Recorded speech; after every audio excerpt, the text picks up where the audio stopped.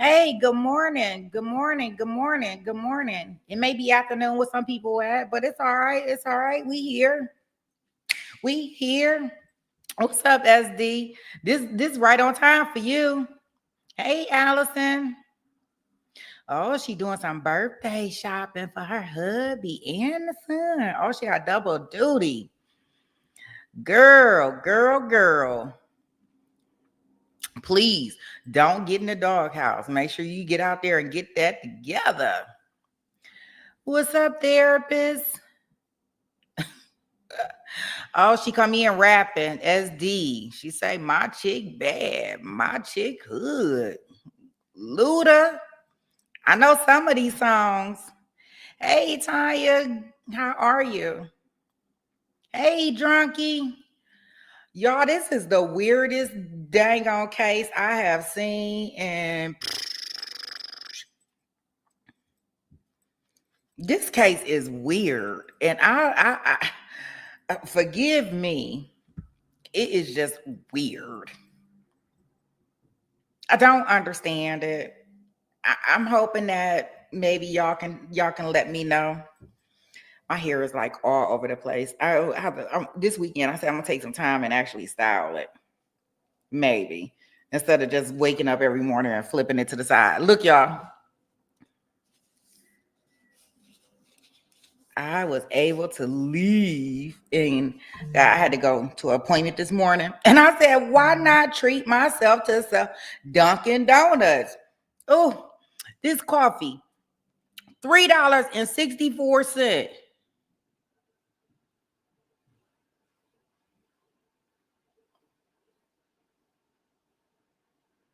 You say you like this case, but you sick of the inventory? Yeah, Drunky, I heard that we got some good testimony coming up. That's awesome. Hey, Barbara. Yeah, I'm happy that we got some good testimony. Y'all, I was looking at the testimony from yesterday, and I said, did the cell phone guy that testified to pulling the cell bright, looking at over 24,000 pages of data, did y'all know that he also is the coroner? This is not a conflict of interest. How you gonna be the cell phone guy in the morning and then the coroner guy at night? I'm like, wait a minute now. Why is these people doing so many duties? That's why people are on the stand so long.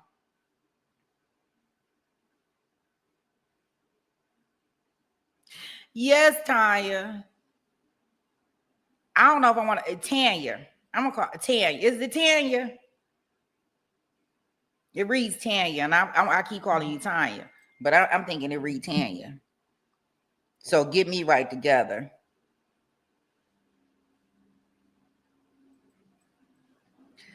I was looking at this testimony and I'm like, oh my goodness.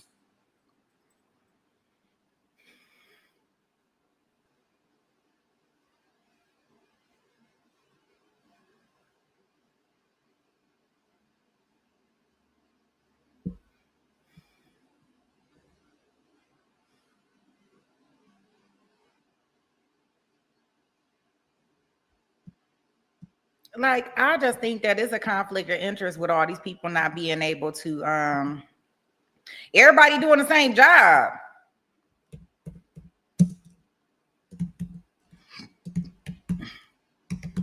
I mean, but who am I?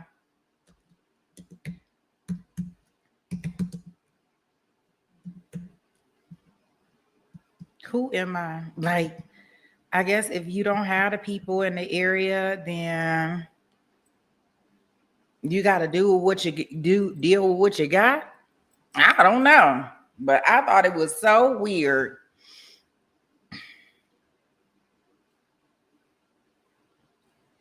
Hey, Baka, I can't remember if I even spoke to you. I'm sorry. Just want to make sure I get everybody in. Yeah, everybody, that's not a conflict of interest. Like, I guess, I mean, how do you specialize in so many different areas? But I guess you can, right? I don't know. This just seems weird. It's just weird. And that's why that guy was on there so long the other day. And I think that's where people are getting to the point where they like, well, you know, they all this evidence that's coming in, right? But the reason why all this evidence is coming in is because it's the same people doing the same stuff. And how thorough do we know that they even did the stuff that they did? Like, oh my. Then I was out here on these YouTube streets yesterday, and they got another case that's going on in Houston. It is starting on the 29th. I think that's when they're going to be doing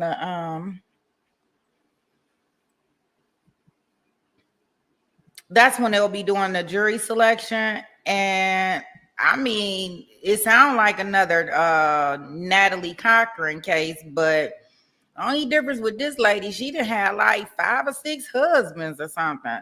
I'm looking like, what is she doing? She sure can get them to marry her. Like, we have women have hard enough time getting one to marry them. She done got 5 of them to marry her. And one of them, she stated that they had said that it was I believe self-defense.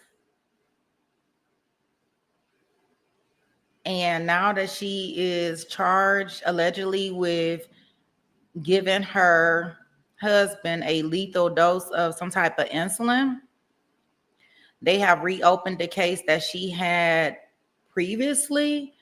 But yeah, you're talking about Black Widow. If this is true and she's really guilty of these alleged crimes, well, yikers. Hey, therapist. Yeah, so I seen that and I was like, okay, we got multiple mess going on. I said, okay, so Houston want to be on the map now. Houston, no, I want y'all to behave down there in Texas.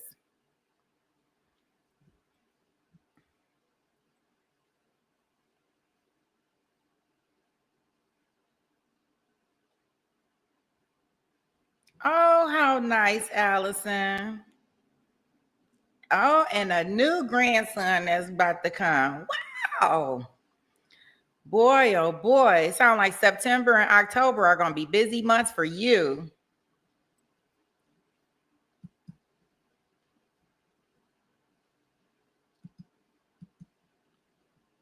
So yeah, as I'm out here on these, I'll find more information out. But this case right here, like I almost need to relook at all the testimony again because the only one that I really know that I got down pat is the coroner / phone guy and the daughter. So the guy that was bringing out all that stuff from the house, all of that evidence that he was showing, just at the end of the day, when I listened to it, parts of it again, just to tell us that wasn't nothing stolen. I'm like, what is going on here? So maybe at some point in time, you guys can probably let me know because, yeah, I don't know. I'm still quite confused on what exactly is going on.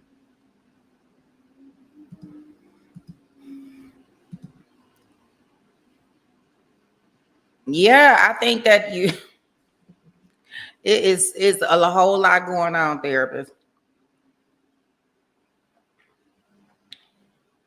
You saying your jaw was, oh wow. Oh, I can't wait to get in there.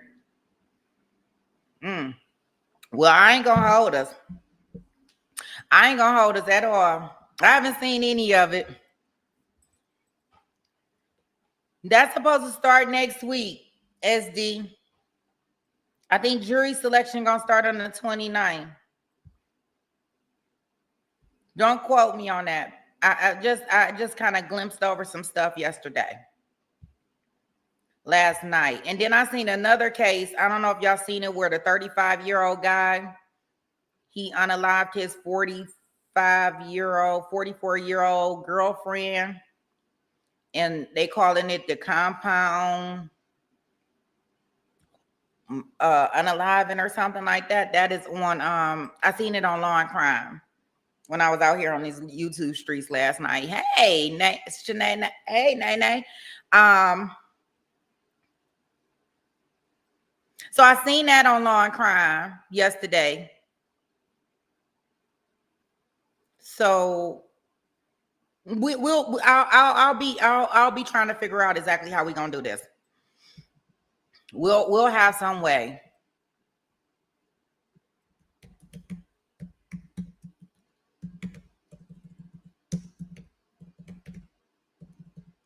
I'll figure out something to present and put on our schedule. Look, our schedule that we probably don't follow next week. Because I don't think we followed our schedule not once.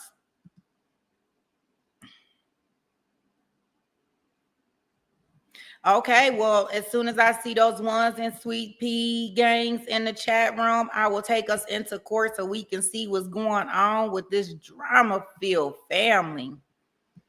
Now, I just don't know what is going on.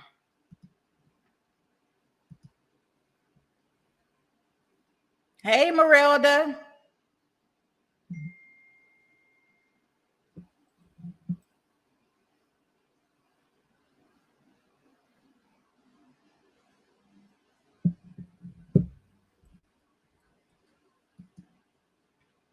Y'all ready? Y'all ready?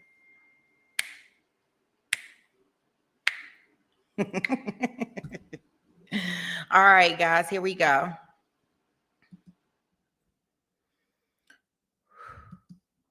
Well, at least we gonna have TiVo time, so we gonna go past some lunches and stuff like that. So we ain't gonna have to worry about that. That's one good thing about us starting a little later. All right, guys.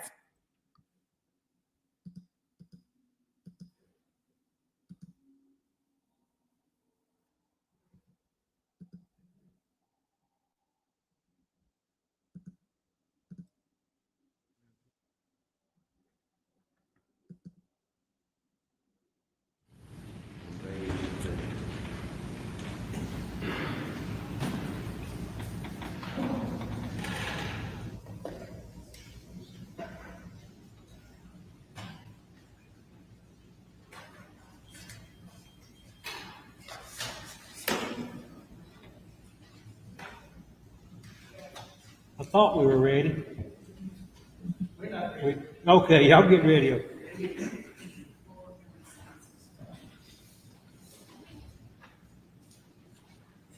All right, who at State College is next to the witness? College State is called Carolyn Aguayo. Carolyn Aguayo.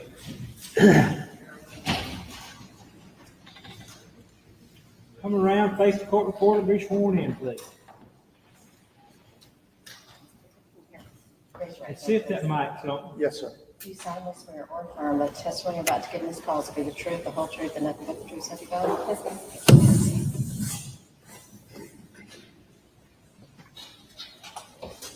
ma'am. And if you can speak as close into that microphone as possible. All right.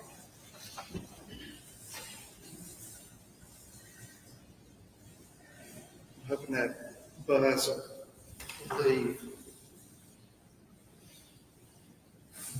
I think it is this.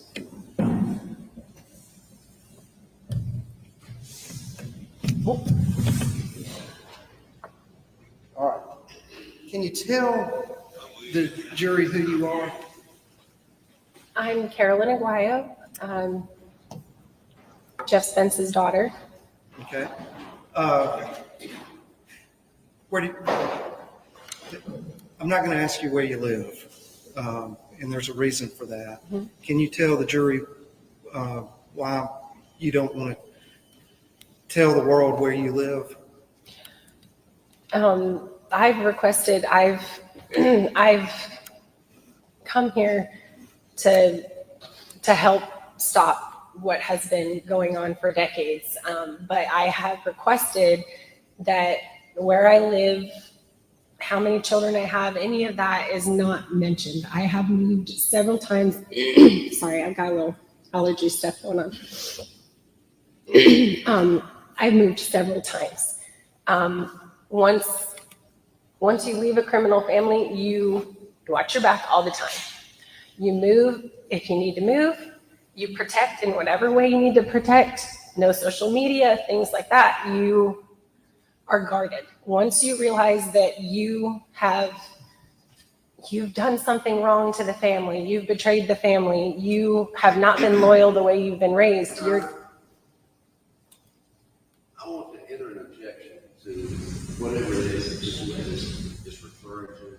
There's nothing that has been ever substantiated about what she said. Nothing. I would ask that you reply to. It's narrative. Don't give the narrative. Reply to questions and answers so that we can have time to get. Okay? Okay. Thank you, Your Honor. Was it always that way? No, not at all. Where did you grow up? I grew up in Brookville, Pennsylvania, a little farm outside of Brookville, Pennsylvania. Okay. And who is your father? Jeff Spence, Who is your mother? Karen Spence. And do you have any siblings? I have one older sister, Caitlin Spence. Okay. Now, I believe y'all are fairly close in age. Is that Yes, correct? we're a year apart. She's 1 year older than me. If I'm remembering correctly, Caitlin was born in 86, or was that? Yes, Caitlin was born in 86, And you were born? the next year. Okay. Now, normal childhood, soccer, school. Where'd you go to college? I mean, normal childhood might be a little off, but I mean, as far as I've been in, dealing with this sort of thing even since I was growing up. As far as game commissions that had to come to our house. I'm sorry. I didn't hear that. Please. I wouldn't exactly describe my childhood as a normal childhood. Having game commissioners come to the house, having my dad cited for bad business practices. Please. Everything that's coming out of this young woman's mouth is it's trash, Judge. Nothing substantiated. It's all just trash. Where did you go to college? Grove City College in Pennsylvania. And did you finish college? I did. I double majored in early childhood and elementary education. All right. After you got your degree, did you get a job in that field? I did. I've taught for several years. Okay. Where was that? So after I graduated college, I went to New Zealand for a short period of time just to see how they did early childhood there. My professors always raved about the early childhood programs there. So I did a little time in New Zealand, but then when I came back, I moved right away to North Carolina. I didn't want to be any part of. It's distracting. All right, so you moved to North Carolina? I moved to North Carolina. I didn't want to be in Pennsylvania. I didn't want to be near any of it. Understood. Where in North Carolina did you move? I moved to, I first went down to Wilmington, North Carolina, and then I got a job a little further south. So it's a little area called Oak Island. So I taught in a school there near Oak Island. All right. Are you married? Yes, When did you get married? 2014. And who did you marry? Giovanni Aguayo.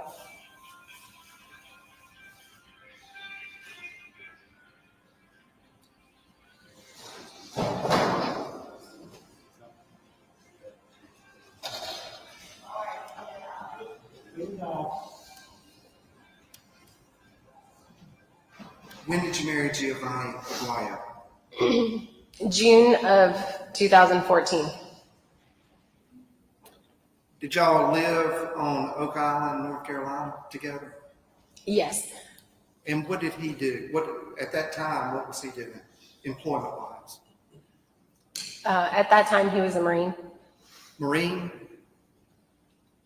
Now then, did Jeff and Karen, your mother and father, move in with y'all? Yes. So we got married in June 2014.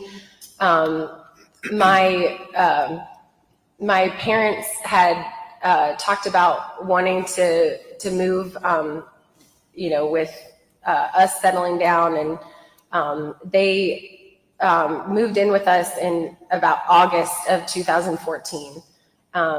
They were going to look for a place down there. All right, so they moved in with you. Mm-hmm.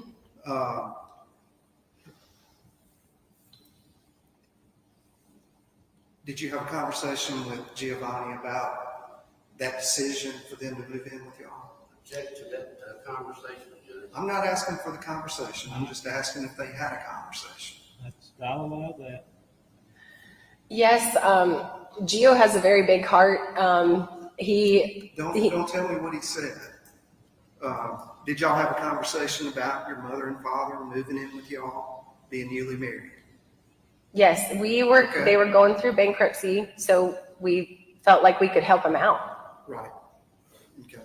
So your father was going through bankruptcy, having money problems, and y'all wanted to help him out. Is that correct? He had to file for bankruptcy. He had a case with Jim Riddle where he had embezzled $100,000 from his business partner. We object to anything that's coming from this witness. I'll sustain that objection and ask the jury to disregard anything that they heard about that anyway. Okay. Don't add to the question. Okay, sorry. Ask the question. Answer the question that's asked, and stop there. All right.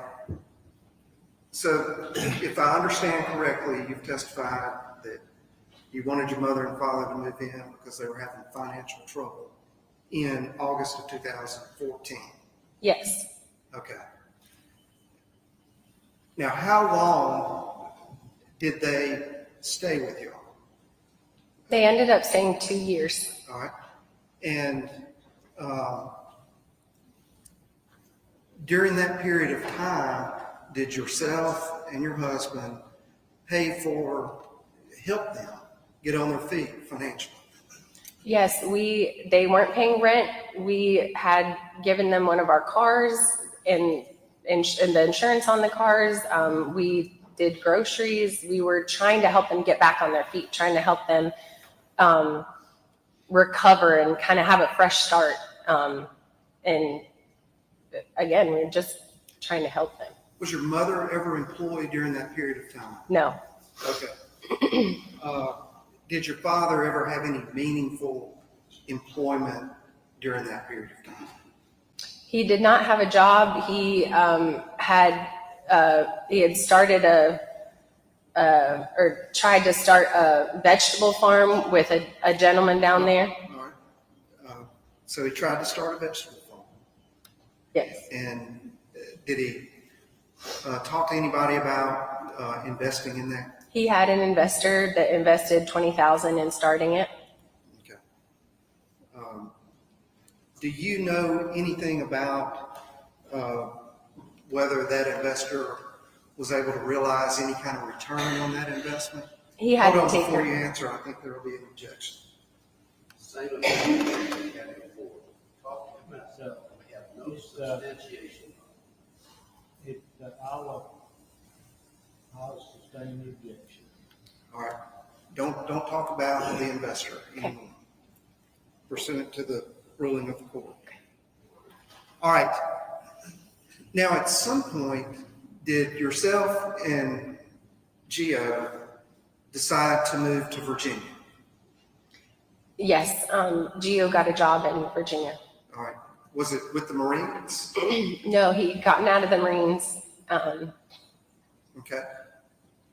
You can tell the jury what his new employment, new career was going to be. Okay. He was going to be working for the federal government in a very similar capacity for what he had did with the Marines. But he was going to be on the civil side now. He served his years in the Marines, and now he had the opportunity to do security policing with the federal government. All right.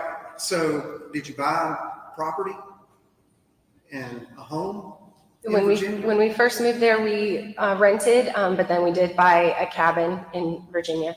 Okay. Where in Virginia? Orange, Virginia, Okay. Charlottesville area. All right. And is that the property that y'all bought? Is that where you and Giovanni were planning to build a cabin kit for your mother and father? So, as you can imagine, we lived with them for a while. Everybody was kind of ready for their own space. But we, again, we wanted to make sure they were on good footing. And we offered to, we had 10 acres with the cabin. So we offered to separate off a little land and do like a simple, like less than $100,000 cabin type kit, kind of a little mother-in-law suite type thing, with just having them have their own house though, but just down the lane. The idea was grandma and grandpa would be down the lane. Who was going to pay for that kit? Well, with them being in bankruptcy, we were gonna, the agreement was that we would get the loan, but they would have to make the mortgage payments. Judge, and ask you to instruct the jury to stop, Mrs. Wyatt, stop talking about bankruptcy. There's nothing in this case about bankruptcy. There's been no substantiation. I'll give it a mistake. Your Honor, I think it's already been established that he was in bankruptcy as the reason that he moved in with Jeff and Gio. I think the defendant's financial situations is relevant in this case anyway. I'm going to allow it. There's been no substantiation of any bankruptcy ever with this man, except what's just now come out of this witness. You can look on the federal PACER system. I think that this is the dollar. I think she has knowledge of it. I'm going to allow the testimony.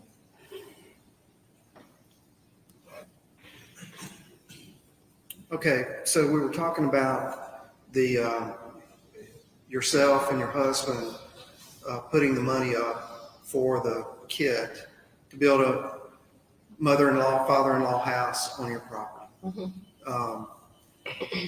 With that loan from the bank, certain requirements about construction, were there building codes that had to be followed, things of that nature?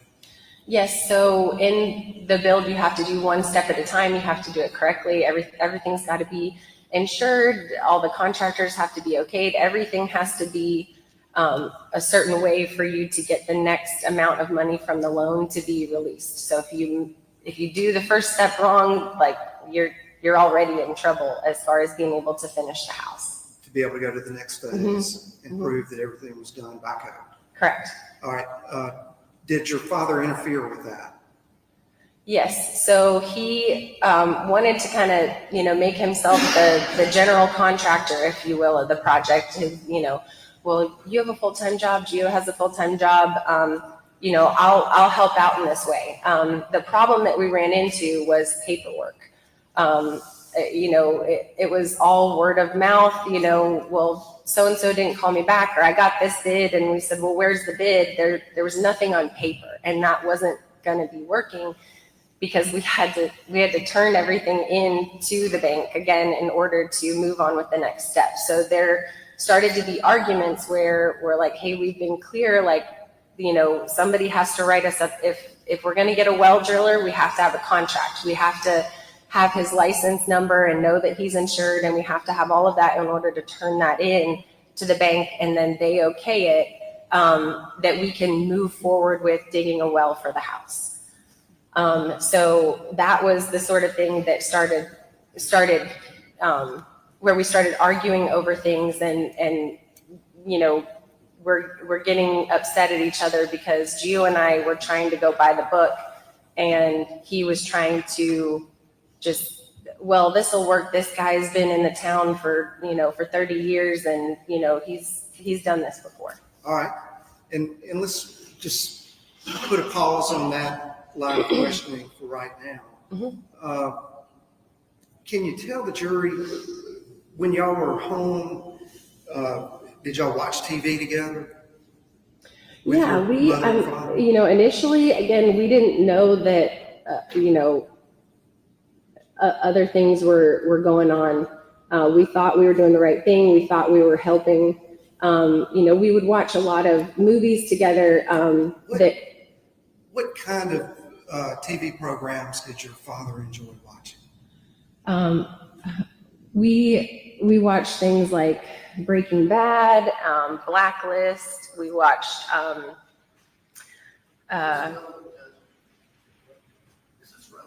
Soon to be relevant. okay.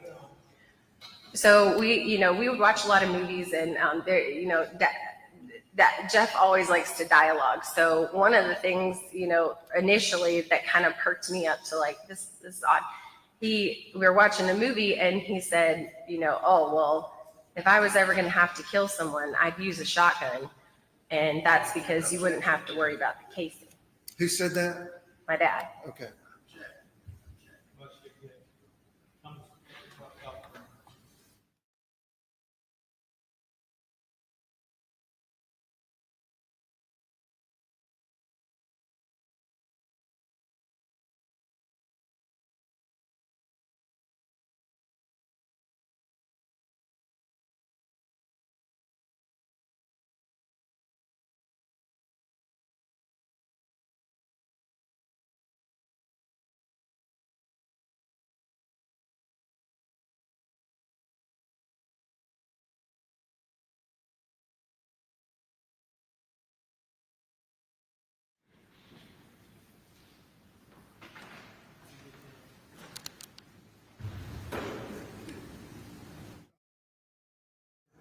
Jeff Spence. Your father? My dad.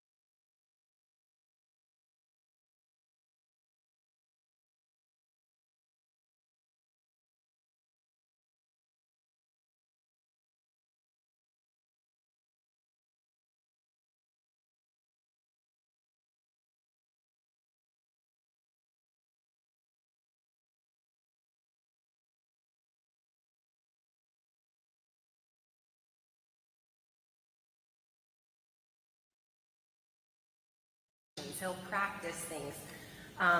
Now, when families sit down and watch TV shows together, do they normally take notes about what's going on? No, I mean. Did your father do that? So normally people would just watch a show like that for entertainment, but Jeff learns from them. I'm sorry. Jeff learns from them. How do you know that? Do you Because have? he discusses everything. Like even with himself, he'll have long conversations. He'll practice things. That's something I even saw in my childhood. He'd have an argument with a business partner, and he'd be pacing the floor that night and Relaying it to some program? Again, with something like Breaking Bad, like most people would watch that and be terrified. Like that's not normal life for most people. That's not something like, oh, hey, that was a good idea. When he said that about using a shotgun, did he say anything about the projectile or the shell casing? Yeah, the whole idea with a shotgun is it's harder to trace. No, specifically, did he say anything about the shotgun shells? Do you recall? Yes, a shotgun shell is huge. I'm sure most of you know that. You're not going to be looking around for little bullet casings, and that's if you have to shoot more than once. If you only, and that was his comment as well, if you only have to shoot someone once, the casing doesn't even come out. Now, if you end up having to shoot again, then, I mean, at least you're looking for something that big. Okay. Now then, in general, the condition of the property that you had on the curtilage or the yard around the driveway, that area, I'm not talking about the house or the cabin, talking about the land. How much land did you have? It was 10 acres, almost entirely wooded. Okay. We were back in the woods, and Did you have a gate around that property? we had a gate that went into our backyard and back into the woods behind our house. Okay. Now, did tensions arise between yourself and your father about how he used that yard, that property? Yeah, so as we were building, as I mentioned, some arguments started about doing things the right way. Jeff has always tried to make money off of little things, like, oh, come pick up this tractor, I'm just trying to get rid of it. And then, so he'd bring that to the land, and then he'd try and sell that. So we started having people coming onto our land, like looking for Jeff, and all the while we're trying to build a house. We didn't want anyone in a construction zone where somebody could get hurt. Then all of a sudden we're getting sued because somebody got hurt that never should have been on the property in the first place. So these are the things that we started worrying about as a young couple, that, hey, we're not protected. I mean, I'm a teacher, he's a police officer. We're not full of cash. If somebody gets hurt, like, we're in trouble. So those arguments kept happening. And one particular discussion, I was pregnant at the time, so I had gone into the house to use the bathroom, and I came back out came to the window, and I saw that Gio and Jeff were having an argument. They were both talking loud, and I saw Jeff step to Gio, and I could see in his eyes, like, I was like, oh, you got to be kidding me. And he stepped back, so he thought better of it. That. Relevance. We're talking about an argument from 19 or 20. Well, this is where my husband was Hold on 1 threatened. second. Let them finish. So Hold on 1 second.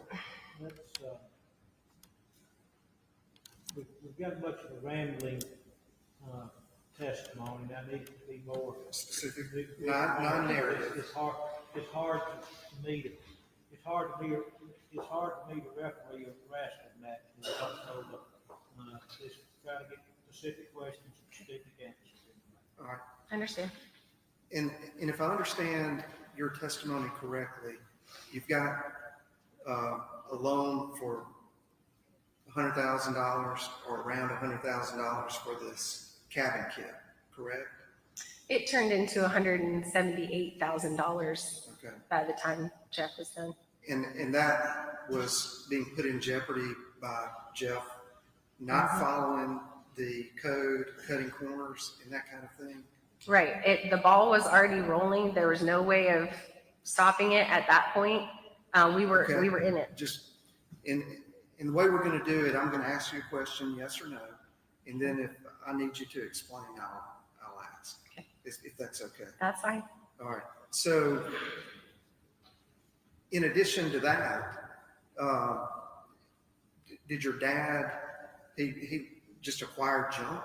Is that Yes. Is that fair? Yes. Can you briefly tell the jury about that? It's part of not wanting to work. It's a laziness. You're trying to make money off of nothing. Okay, I mean, I'll sustain the objection. all right, Move on. I'll move on. okay. Did that interest that your father have result in a bunch of junk in your yard? Yes, we had to clean, we had to remove tons. I think it ended up being 3 tons of junk off of our property to clean it off after we got him out. Okay. Now then, was there a conversation that you, your husband, and your father had where all of this came to a head?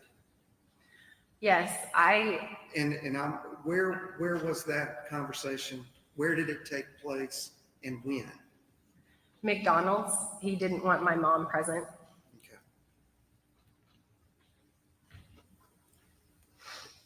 What did you explain to your dad about the situation, and what was his response? We tried another sit down where we said, look, we have to do this a certain way. We have to go by the book. Otherwise, all of this is going to get messed up. There's no reason to not have a contract on someone. Okay, so all of these things came to his attention directly by you and Gio. What was his response? He was angry. He said, well, I guess I can't do it your way. And we kept trying to reiterate, it's not our way, it's the bank's way. We're not trying to be stubborn. There's codes when you build. It's not codes we came up with. Everybody has to build. Even if you put a porch on your house, you have to do it by code. And at this time, were they living in the house with you? At this time, they had a basement apartment under a family on the lake, Lake Louisa. And then as a result of this confrontation at McDonald's, did you come to any realization with Gio about your father not being who you thought he was? I saw an anger and a violence in his eyes I had never seen before. In the way he was speaking to Gio, and I saw how angry he was, and that was when he said, I'm done, I'm out. Basically, this mess is yours. And after that, did y'all install video surveillance around your property? Yes, we put up cameras. At that point, there was too much animosity. There was too much that was being done behind our backs that at that point we weren't feeling safe. Did you put up video surveillance around your property? Yes, cameras. Okay. After that, was your video surveillance system ever altered or adjusted in any way by anybody other than yourself and your husband? Yes, the camera cord to our security camera was cut. How did you know how your camera system was cut and who cut it? We were in the house. Jeff had been told to get all his stuff off the property because we were done. So he was going into our garage, which is back behind our house. He was going into the garage to get his stuff. He noticed the camera, went behind our shed, cut the camera, and of course we knew he cut the camera because we're in the house, and the camera feed to one of the cameras goes out. So you saw it with your own eyes, your father cutting the camera feed? He was behind a shed. So he walks behind the shed, the camera feed goes out, Gio goes out to check it, it's been cut. All right. Now, in and around this time, tell the jury what time frame this is. This is August of 2018. Okay. Now, in and around this time, did you have a conversation with your father about life insurance on your husband?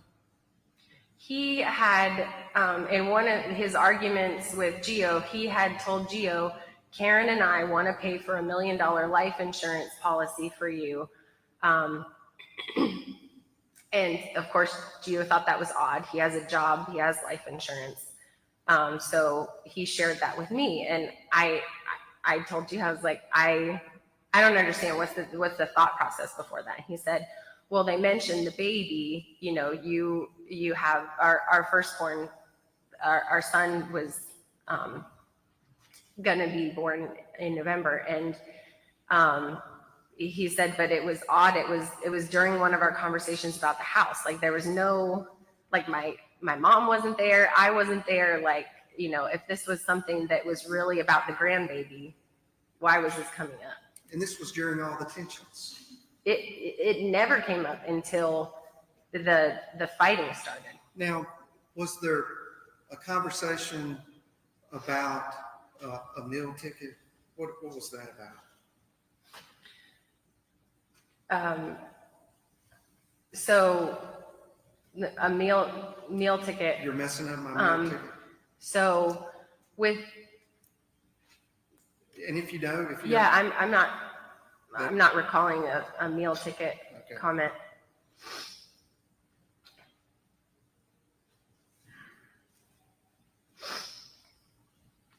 Was he upset that they weren't allowed to get $1 million policy on Gio's life? He just seemed flustered. Like, you know, anytime we didn't agree with him, it was just, oh, well, you all are stupid. You know, I mean, so of course he was upset about it. We weren't agreeing with him. All right. Did you ever take any action because your father was trespassing on your property? When he cut the camera cord, we called the sheriffs, because at that point I had tried to reason with him. Gio had tried to reason with him. Trust me, we wanted the family relationship to be good. I had tried until I was blue in the face.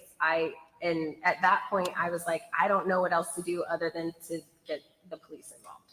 And did you ever find any personal property of you and your husband Gio missing after the security camera was cut? Yes, so we had, again, you know, as I mentioned with this house build, Gio and I are careful about paperwork. And we, you know, when we moved into the cabin, the logs, if you're familiar with log cabins, they have to be stained. So we got bids for someone to treat the wood to preserve it for the cabin. And we got these bids, and again, this was a typical thing of my dad's to do. So he said, oh, hey, like they're going to charge, you know, $30,000 for this. I'll do it for 10. You know, so we're like, well, this is the big project. This is going to be a lot of work. Are you sure? So we just wrote up a little legal note on a legal pad. Let me stop you there. Did he ever take, or are you aware of any time that your father had taken any property from you or your husband during that period of time? That paper went missing. Okay. But also things like my husband's tools. Like again, Gio in the Marines, police officer, very orderly. Okay, No- that's good. No narrative. Okay. Mr. Bio can't tie something to Jeff Spence just because something comes missing or they misplace it or whatever. Doesn't mean that he can do anything wrong. Unless you can tie it to Mr. Spence, let's move on to that. And yours will. Finding it in. Your will disregard that last comment unless you can tie it to something. After, I'm sorry. Did you instruct him to do that? I instructed Jerry to disregard that last comment. after the cutting of the surveillance system around your property and calling the sheriff, did you ever have to call the sheriff again? A couple days later, he came back on the property, and again, this was on our security camera. He pulls a knife out of his pocket, cuts we put a zip tie on the latch and the gate, so just as extra security. So yes, that was cut, and so we called the police again, because at that point, the sheriff that came 2 days Let me prior, stop you there. Who cut it? Jeff And, Spence. and entered your property Yes, after having been told not to come back on your property? correct. And how did you know that he cut the strip. It's on camera. You had it on camera. Mm-hmm.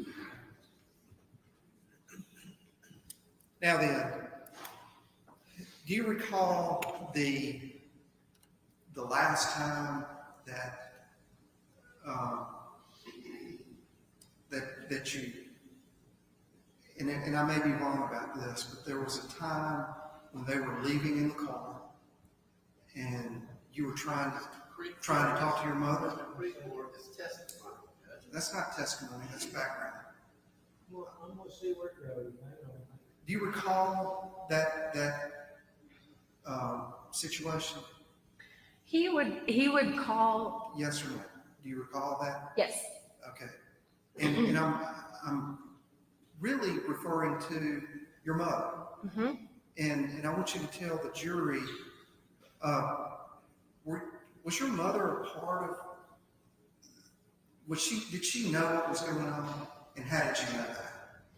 Yes, my mom has always been aware of what's going on, and she has been a driver for him. She was a driver for him when they poisoned the water troughs of a deer farm. Hold on.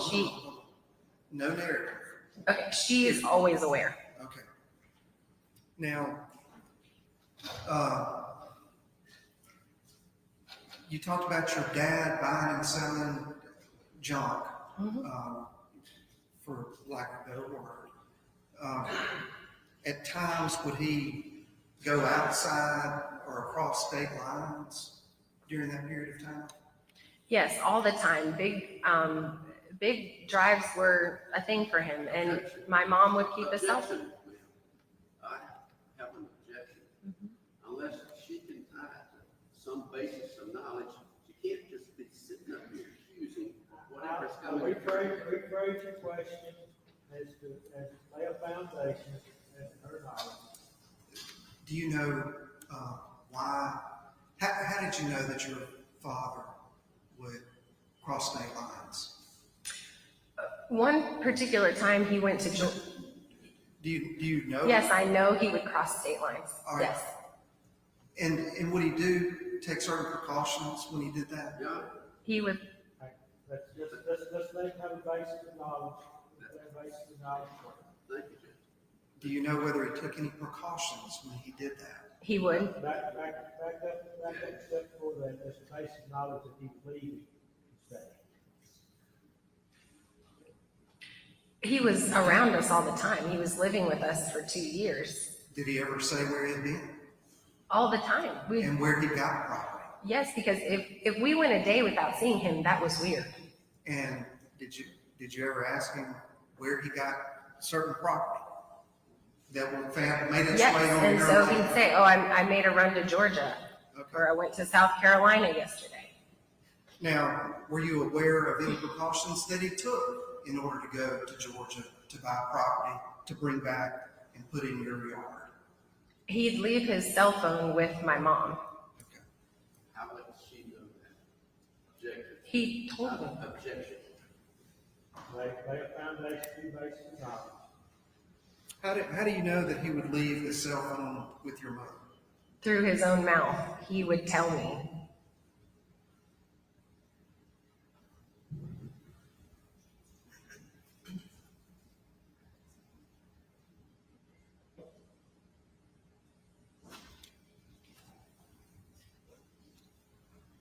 Now,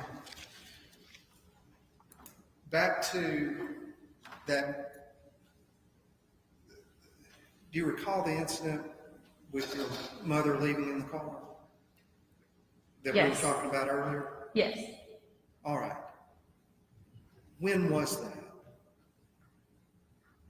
It was shortly after all this was happening, where he had called her to come pick him up. Okay. Did she come pick him up? She came. Are you referring to when? So she came to pick him up the first time he was arrested. I'm talking about the last time you ever saw him. Judge, I need to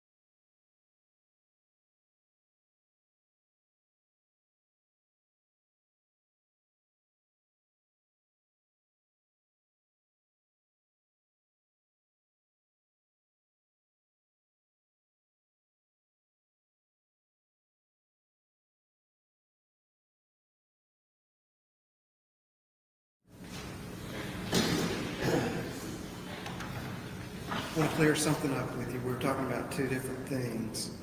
Your mother came to pick him up after you had called the sheriff's department out there because he had trespassed. Is that correct? Do you remember that event? Just yes or no?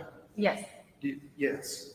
And when you said, when you had him arrested, you're talking about that misdemeanor trespass on your property, correct? yes. Okay, so that's clear. Was there a time where you tried to talk to your mother about these things? Yes. And what was her response? Objection, Dr. Pierce. It's not. I don't want to quote from it, just general attitude. Yes. What did she do when you were attempting to try to get her attention? I walked out to her car because she wasn't getting out of her car, and I said, "Mom, we need to have a conversation about what's happening." And she would not get out of her car. She was talking to me through the window, and she was Don't say anything that she said. okay. What did she do? She got a call from Jeff, and then she peeled out. Okay. Was that the last meaningful contact you've had with your mother? She has continued to text, now not in the past couple of years, but she would continue to send texts because we were able to get a no contact on Jeff, but not on her. So I would get little things from her, like heard y'all were in Texas, heard y'all had a baby girl, little plugs to let us know that, hey. After that last contact with your mother, when y'all were actually in the same place there in Virginia, did you and your family move somewhere else? Yes. So with what happened with the house, once we were able to finish it, we put it up for sale. It wasn't selling. We ended up having to sell our own home because, again, we couldn't make 2 mortgage payments. Understood. Did y'all So move from that location? we had to move. What was the primary reason for you moving?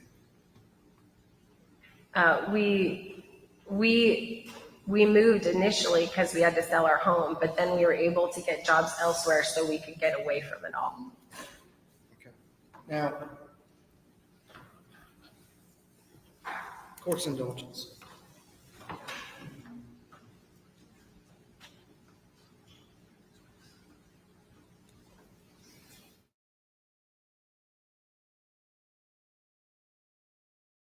In the witness, Your Honor. All right. Thank you, Jeff.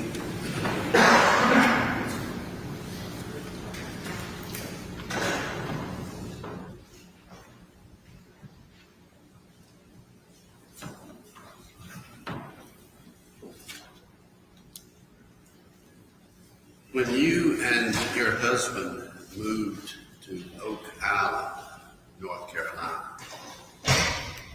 Jeff and Karen lived elsewhere. That's a yes or no? Yes. They still lived on the farm in Pennsylvania. In February of 2014, they got a beach rental in the town where we lived.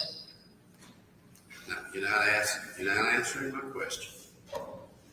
When you and your husband moved to Oak Island, your mother and father still lived on the farm in Pennsylvania. That's not correct. Why is it not correct? Because they moved to Oak Island. They rented an apartment in February I understand they 2014. moved to Oak Island. I'm getting there. But when you moved to Oak Island, they didn't live there on Oak Island. And I hadn't married my husband at that point either, sir. When I moved to Oak Island and I bought a house in Oak Island, Gio wasn't even in the picture yet. you were single. When you That's moved correct. to Oak Island, you were single. That's correct. And after you moved to Oak Island, let me back up. When you moved to Oak Island, your parents still lived in Pennsylvania. That's correct. And when they moved to Oak Island, you weren't married. That's correct. And when they moved to Oak Island, it's because you invited them to come. I didn't stop them from coming. Well- I would definitely not phrase it as I invited them to pick up their 30-year life on a farm in Pennsylvania and Well, move to you North Carolina. not only invited them, ma'am, they lived with you. My husband wanted to help them, and I didn't want to No, be. You weren't married. You just got through telling us when you moved to Oak Island, you were living alone. You were single. When they moved in with us, we were married at that point. Okay, so you moved. You asked your parents to move to Oak Island, and your husband agreed. That's incorrect. I'm sorry. That's incorrect, sir. Your husband did not okay them moving in with him? They moved in with us in August of 2014. I married my husband in June of 2014. My parents rented a place on Oak Island in February of 2014. All right, so they moved there and were paying their own rent. For a couple months, yes, sir, to the beach apartment.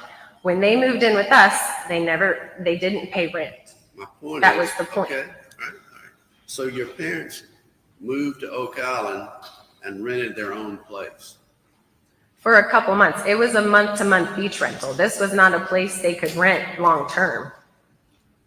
You have more knowledge about your parents' business than any person I think I have ever heard of. Wouldn't you realize- if they lived Let with me you? finish. I grew up with them, so my early life was with them. And then as an adult, they lived with me for 2 years At your and- request.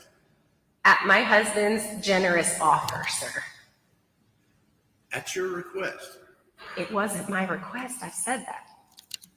It was your husband's generous offer. Correct. And you are telling us that you didn't agree? I agreed. Or are you just letting your husband run the household? No, sir. If you knew me, you'd know that wasn't the case. Actually, Gio has a reputation for being very difficult, doesn't he? No, he doesn't, sir. Very demanding. He's had a lot of honorable positions over the years, and we wouldn't be here if he wasn't an honorable man. After your husband's generous offer, Karen and Jeff Spence lived with you, you said, for 2 years. Correct. And then you and Gio got jobs in Virginia. Correct. And when you moved, Jeff and Karen were still in Oak Island. Jeff moved to Virginia before Karen because You didn't listen to my question.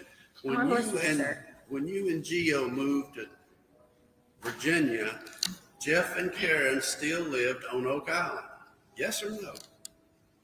Yes, Okay. And they continued to live on Oak Island for a good while. that's wrong. Wrong in what way? About a month after we moved to Virginia, Jeff showed up at the door, said, "Hey kids, I got a job here. Is it okay if I stay here?" So my mom continued to live on Oak Island. For how long? My dad very quickly moved back in with us in Virginia For how long? for a few months before we could sell the house. So your parents stayed, or your parents and then your mother stayed on Oak Island in the house that you were trying to sell. My mom stayed in the house that we eventually sold. Until Jeff showed up at your front door in Orange, Virginia, he was in Oak Island as well, right? For about a month. That's what I said, okay? And they were helping you out by paying your mortgage payment in the house that you were trying to sell. So they didn't. You didn't listen to my question. Oh, I thought you wanted an answer. I do want you to answer it. And basically, it's a yes or no answer, and then you can explain.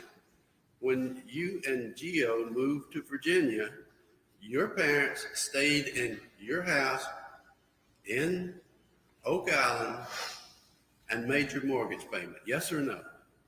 No.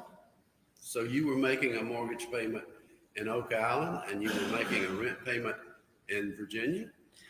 Correct. And as I stated, again, Jeff was not staying in Oak Island. He was there for a month. My mom continued to stay. The last couple months, I believe it was 2 or 3 months before we sold the house, we asked for help with the mortgage payment because, again, now we had 2 mortgages again. And she was staying at the beach house. She wanted to stay at the beach house until it was sold. We said, can you guys chip in a little bit for the mortgage payment? They did not pay the whole mortgage. And again, we're talking about 2 or 3 months before it sold. They made payments. They made payments on your mortgage. That's the only time we had to ask for help for them. And we were, again, that was in the middle of a move, career transitions. Jeff is already living with us in Virginia, and my mom is there so she can walk the dog on the beach and live in peace. And how long before Jeff and Karen got the rental apartment in the basement on the lake in the gated community? They moved, they got that around, we had moved into our cabin. We got our cabin in the summer of 2016. And they initially lived for a little while with us in that cabin, and then they found the apartment on the lake. So again, with the math, they lived with us, whether they lived in the rental with us and they lived with us in the Oak Island house and they lived with us in the Orange, Virginia cabin. It was 2 years before they moved to the lake. And that's not the cabin that you were building. That's the cabin that was already built. That was the cabin we bought for our family. Gio and I bought for our family. And again, we welcomed them into that home until we then said, hey, let's get you your own space. So the cabin that was being built in stages was for Jeff and Karen. Correct. It wasn't for you and Gio. It wasn't. Okay. And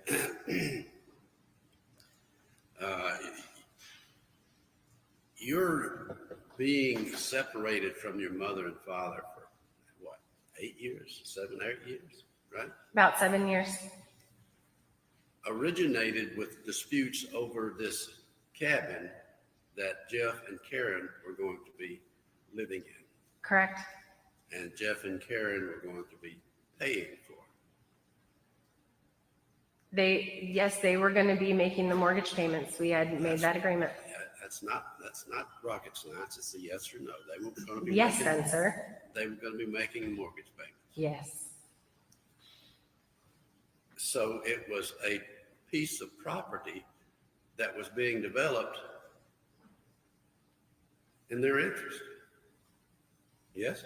In my parents' interest, yes, I'd say so. Yes. And the falling out that you have had originated with that piece of property, that project, that cabin, that Jeff calls it a modular home. I don't know what a modular home is, but apparently it's a home that's built in stages. Is that right? That's correct. And it was going to be theirs, not yours, theirs. Yes? It was going to be in our name because we were the ones getting the loan for it. So.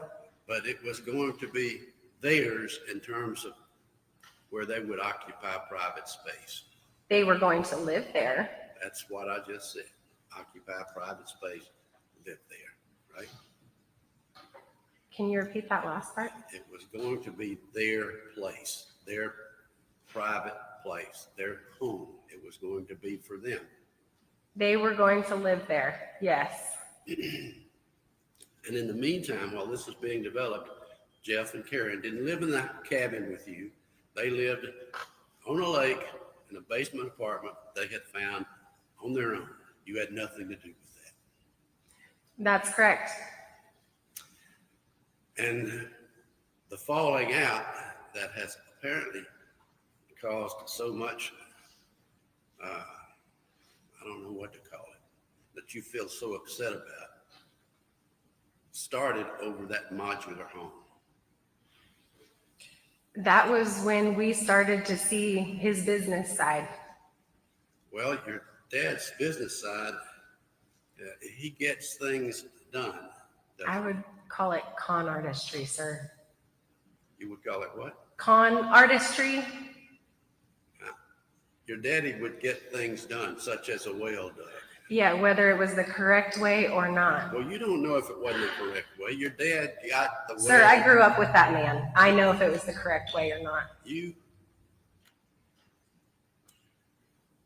didn't have anything to do with getting the well done. He did that. What he did, sir, was we had no contract in place. While Gio and I were both working a full-time job, something he's not familiar with, he had a well driller put the rig into our land with no contract, no insurance in place. I come home, and yes, sir, I was upset when I got home that day because I had a well being dug on my property, and I don't know if this guy was going to charge $2,000. I don't know if this guy was going to charge $200,000. There was no contract in place. There was just a man digging a hole in the property. An experienced well digger who dug wells all over that neighborhood. He didn't even have a location, sir. You couldn't even look him up. You couldn't find his license. You couldn't get him on the phone. So it's the fact that the well got dug is beside the point to you. That is something that still bothers me because the family that ended up moving into that home had to have a whole nother well dug. Okay. So another young family became a victim because it wasn't done right. Have you been keeping a diary on all this over the years? Do you remember things about your family, sir? I'm sorry, ma'am. I asked you. This has changed my life, sir. And The victims that have come out of the woodwork, even living in Virginia, 2 ladies were glaring at me in Walmart, and I found out it was the 2 ladies that he was working for as a contractor on their home, and he had messed up their entire house. He had to be let go from that job, and they had to hire a whole nother contractor. So now I'm getting hate stares in Walmart in my hometown, and I don't even know why. So this is personal to me, sir, because it has affected my life, and it has affected my husband's life and our children's lives. It's very lives. personal to you, Ms. Aguayo, obviously, and I am absolutely overwhelmed by the detail that you can draw from years ago, as if you have been keeping a running check on your. You're not experienced with people that have relatively good memories, sir? When you and Gio were first moved to Virginia, your mama came after your daddy came, and y'all were all in agreement. You didn't say no, did you? We didn't know they were doing anything wrong. Again, they had gone through bankruptcy. We thought we were trying to help. Who doesn't want to help their parents who are going through? I believe this ground has been plowed thoroughly. Ask and answer about why they moved in.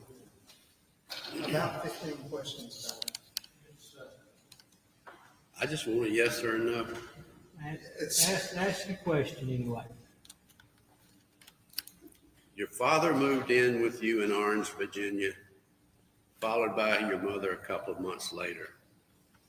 And you could say no, couldn't you?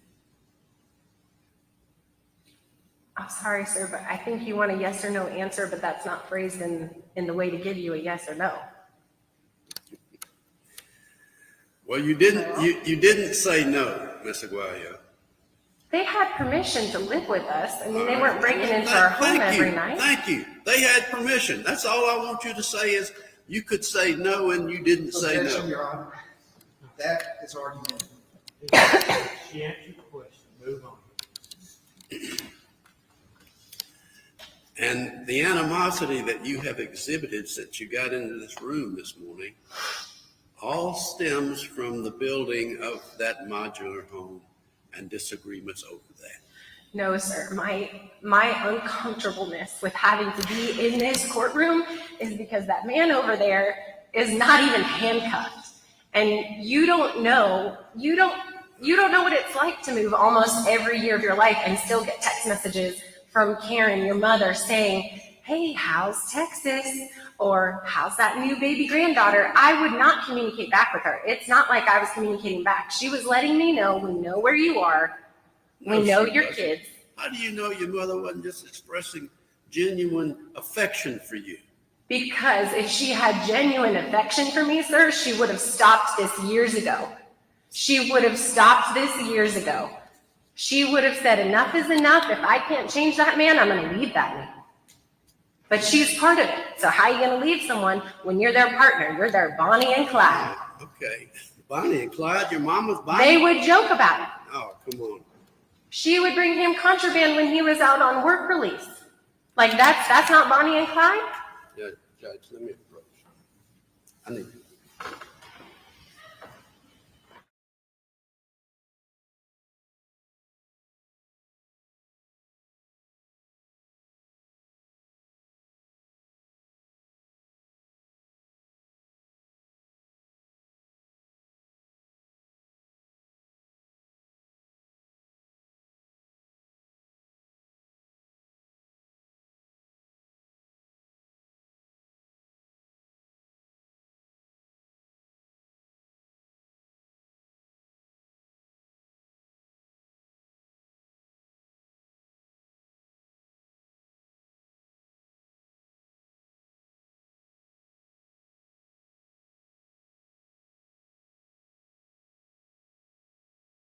Disregard the last statement made by the witness.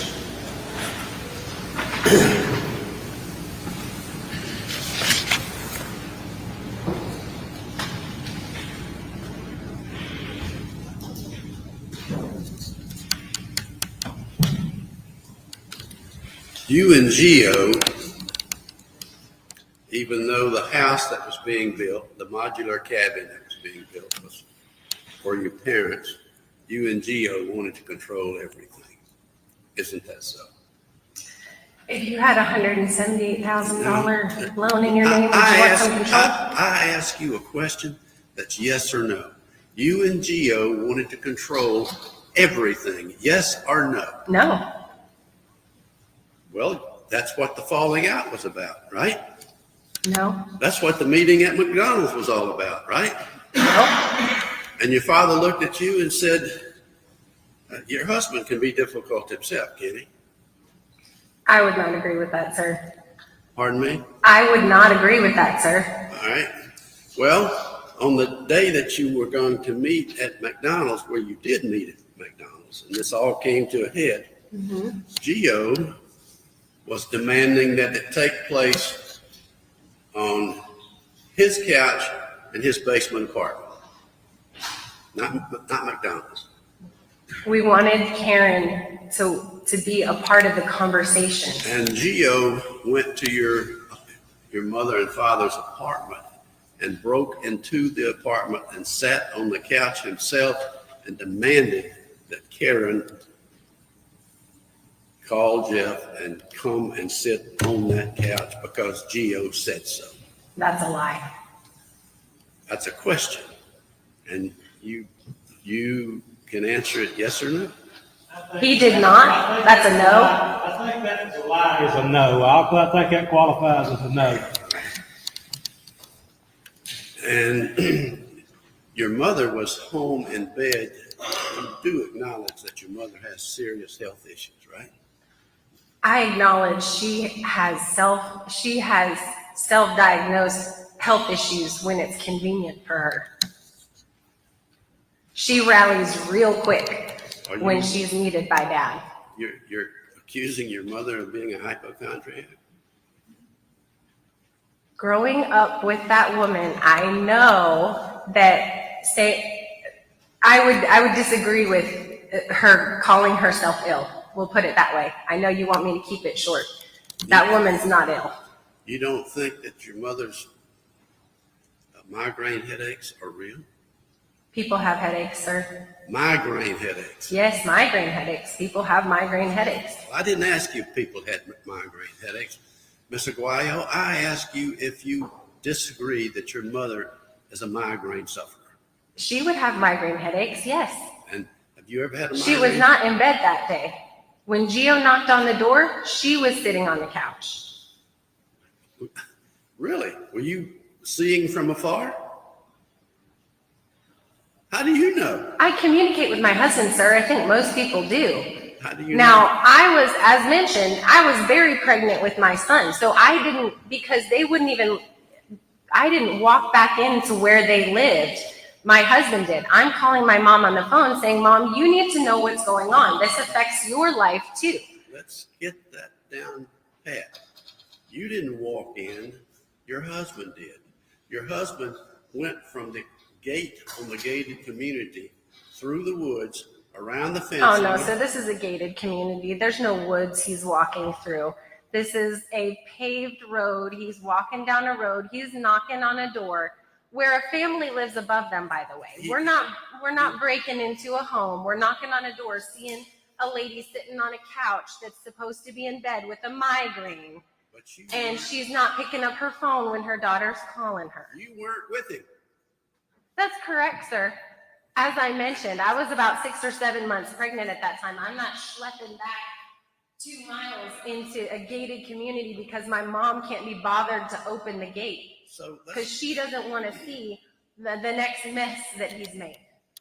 So your husband walked 2 miles into a gated community where he was not invited, he was not permitted, he didn't live there, he bypassed the gate, and he walked 2 miles because he said so.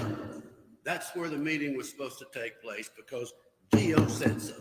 If you can't get in touch with someone on the phone, particularly your mother-in-law, do you think that maybe you might want to go check on her and see why she's not picking up her phone? No, not if you. Wow. Your mother is quite capable of making a phone call if she needs help. I thought you just said she was very ill, sir. Your mother is very ill. But she doesn't need checked on? Let's move on. All right, Judge.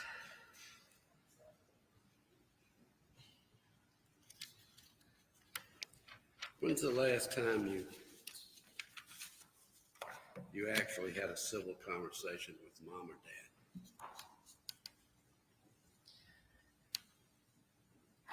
December of 2018, I tried to have a conversation with my mom. My son was about a month at that point. They had missed all the initial baby things. And of course, with Jeff, we had a no contact order. But with my mom, I said, can you fix this? Can you do something so that, we can be a family? Well, And that didn't go well. Being a grandmother was not as important to her as,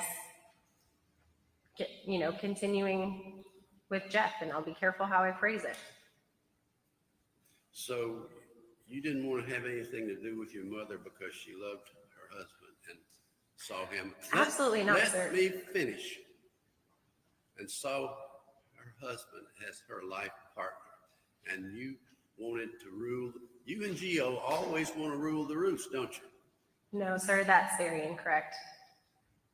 Who would invite someone into their home if they wanted to rule the roost? Like that's not, those aren't the kind of hearts that like, I gotta be in control of everything and I gotta be in charge. Like you don't let people into your little circle of control if you wanna rule a roost. None of what you're saying makes sense. Well, it was your home. Y'all had a fight over a modular home that you Objection. Hang on a second. Yes, sir. It's asked and answered. We've plowed this ground many, many As I times. said earlier, let's move on.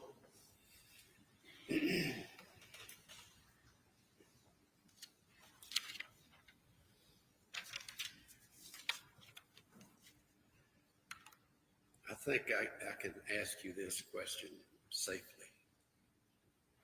You don't have respect for your mother, do you? That's incorrect, sir. You don't. I love my parents. I love my sister. I love my family that have, like my family in Pennsylvania that I don't talk to anymore. I love them all. The love doesn't change. But getting my children and my husband out of danger's way, out of harm's way, that is more important to me than being able to pick up the phone and say, oh, mama, you'll never guess what the baby did today. So It's either that or I continue to put my husband and leave him with a target on his back after he's been threatened. I won't do that, sir. I love my husband. And that's it. So I will give up a phone call with my mama. a target So- on your husband's back? Who put the target on your husband's back? Jeff, In what way? he has offered to put $1 million life insurance policy on him. We had a recording device in our garage where he says, after we've called the sheriff, he says, look up along that walkway. You'll see a dead man walking. I'm coming for you, son. You don't know what you've gotten yourself into. Oh, geez. All right. It's all recorded. Well, I've never heard it. Okay. It wasn't allowed. You don't have any respect and love for your father either, do you? Love? Yes. After understanding what he has done over the years and seeing what he's done, respect, no. Let me ask you this. You have children, I've heard you refer to. Yes? You have children, yes? Yes. Small children. Your Honor, I'm not comfortable objection. talking about my kids in front.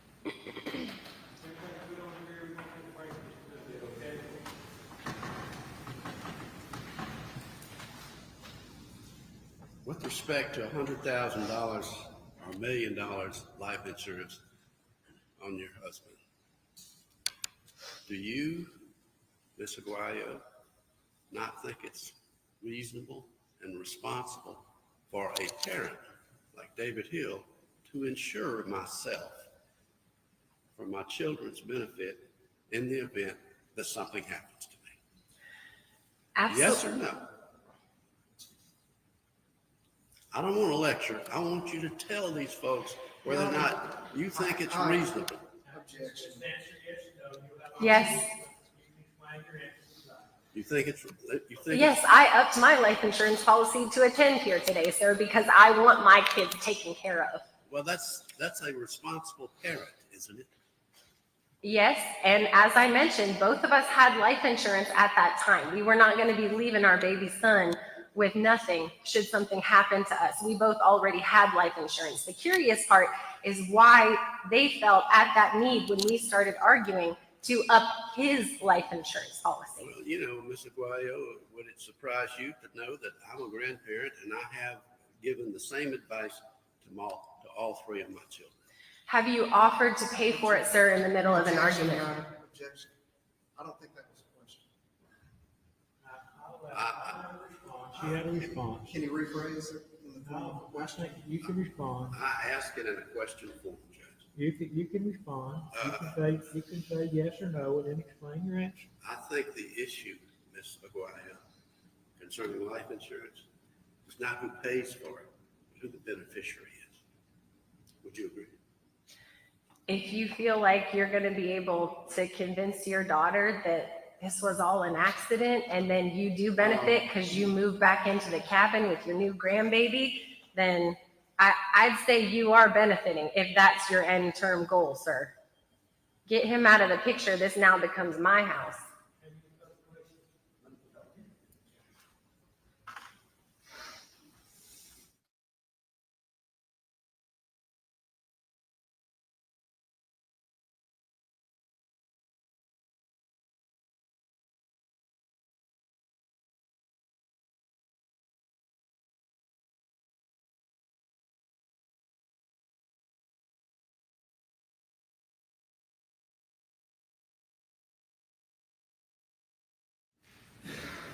One final question, Mr. Dwyer.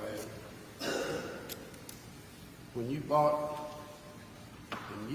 the house, your house, on Oak Island, where you invited your parents to come stay, when you bought it, Jeff Spence gave you a $10,000 down payment, didn't he? No, he didn't. Jeff and Karen gave you a $10,000 down payment. No, they didn't. That's all I have, Judge. All right, how long do you think we're ready? Very, very short. All right, let's go and have a team. You were talking about family in Pennsylvania. Who is Doug Spence? My dad's younger brother. Okay. Now,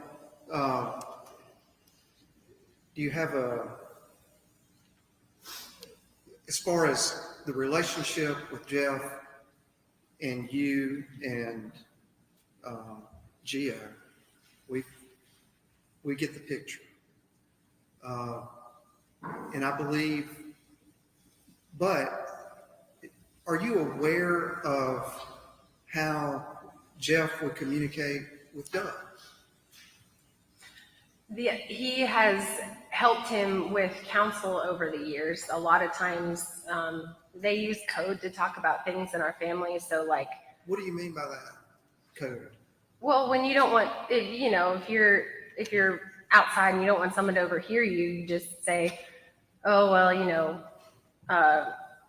sure do remember that time we were, fishing with Dad in his favorite fishing hole, and remember that tree he used to sit at all the time. Conversation that appears to be about a memory is not about a memory. It's about something else. It's letting the brother know. Your Honor, this is not the problem. Redirect. I'm through, Your Honor. All right, I'll agree. All right. Can this witness be finally excused? Yes, Your Honor. All right, you're finally excused. You can welcome to stay. You're free to go, whichever one you like to do, okay? All right, let's take about a 10 or 15 minute break. Y'all get ready, let us know. All right, y'all come here.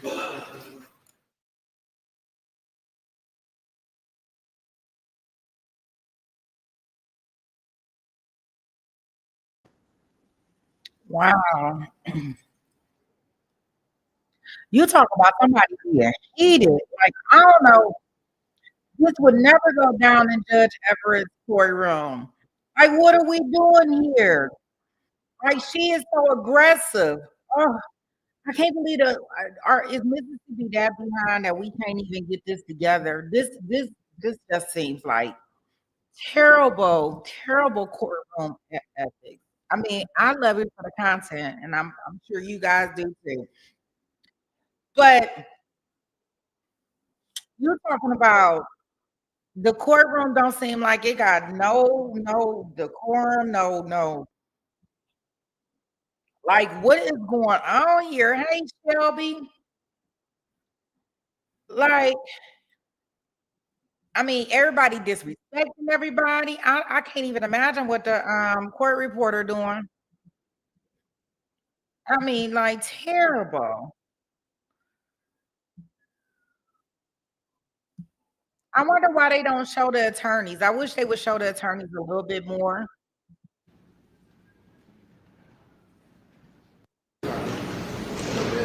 just about everybody. Judge, like he ain't doing nothing in the courtroom, and of course the prosecution team, they don't have a reason to object. Object for what? It's Jeff's wife, Caitlin's mother. At about 8 p.m. on November the 30th. Could have been just about everybody in Tippah County, and we do not know, and they have not proven to yes. And respectfully moves the court in.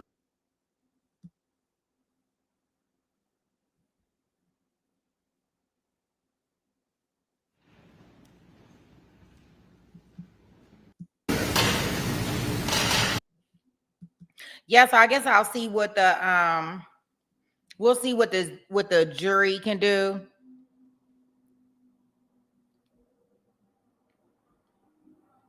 Yeah, she was on fire, and I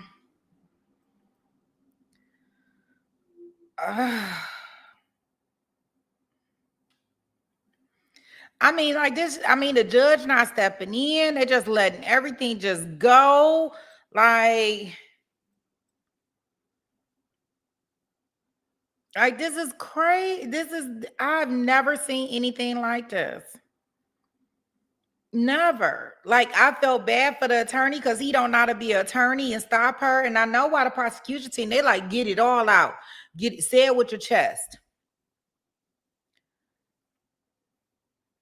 They like let this firecracker loose. She gonna get out all the testimony that they said that we couldn't bring in, and he's sitting up there as a defense attorney just letting it go. Like, even if this guy do get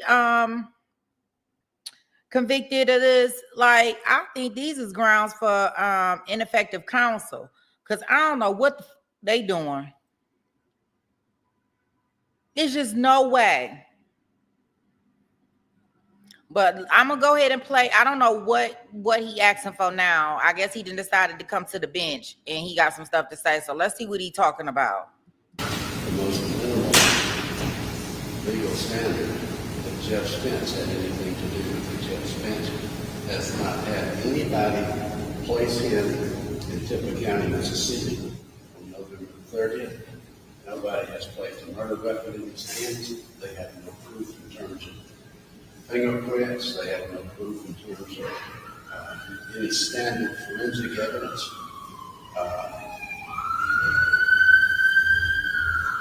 And the question remains, as outstanding, who killed Kirby Carpenter?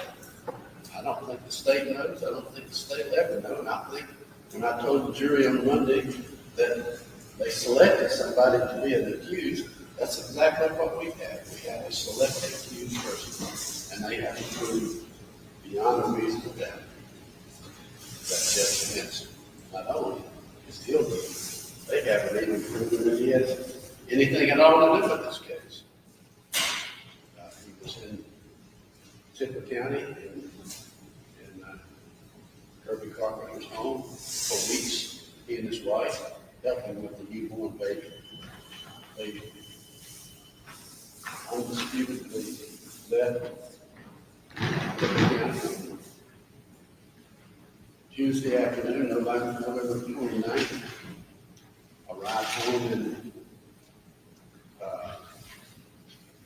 the southwest Virginia area around 2 or 3 o'clock in the morning on November 30th. We have a electronic message rendered a conversation actually between Caitlin Spence and Karen Spence, Jeff's wife, and Caitlin's mother. At about 8 p.m. on November the 30th. The subject of that conversation is what Dad had been doing today. He's worked in the yard, he's worked inside, he's grilling hamburgers. Apparently he's good at hamburger grilling, and the next sentence from Caitlin is, well, I know how much you've used his hamburgers because they've been in Mississippi so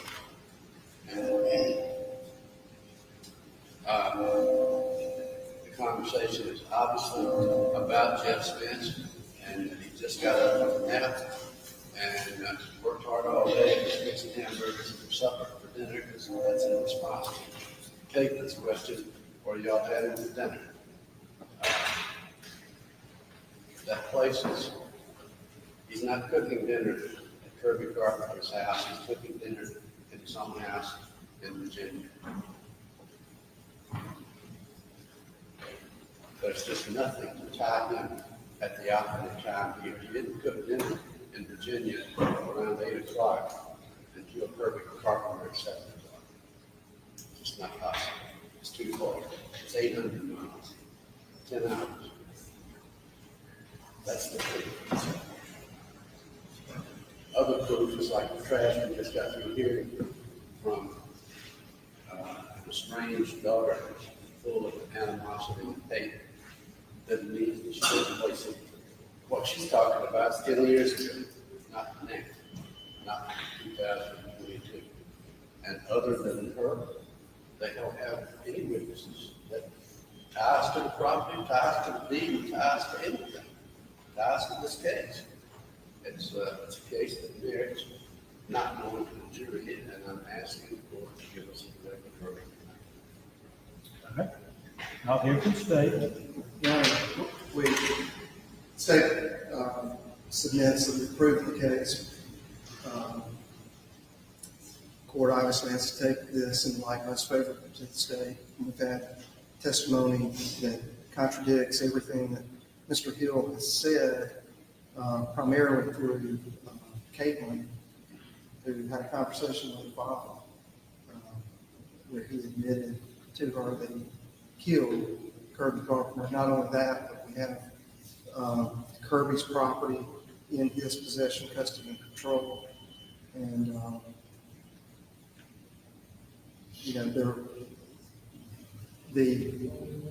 taking all the proof in the light favorable to the state, with all the testimony that has occurred, the investigation, the witnesses that have taken the stand, this man stands before the court as the state has proven each and every element of the crime. All right. Every time I have a criminal trial, I make me a checklist of what elements there must be proof of, and I've done so in this case. I think the state has made a prima facie case as to meets all those elements. They've ID'd the defendant, they've established venue, they've established that Kirby Carpenter was living, and they established that Kirby Carpenter died, and when that took place, it was a result of a shooting, and there's evidence of a robbery had been set forth, and I'm going to deny your motion for a directed verdict. There's been some evidence on every element of the crime charge, and it'll be up to the jury to decide if that some evidence is enough evidence, and we will that'll be the jury to make this determination. Do you need a minute to y'all talk and decide how you want me to proceed as far as the defense case? Okay. Do what? We'll do so right now. Y'all do that now anyway, okay?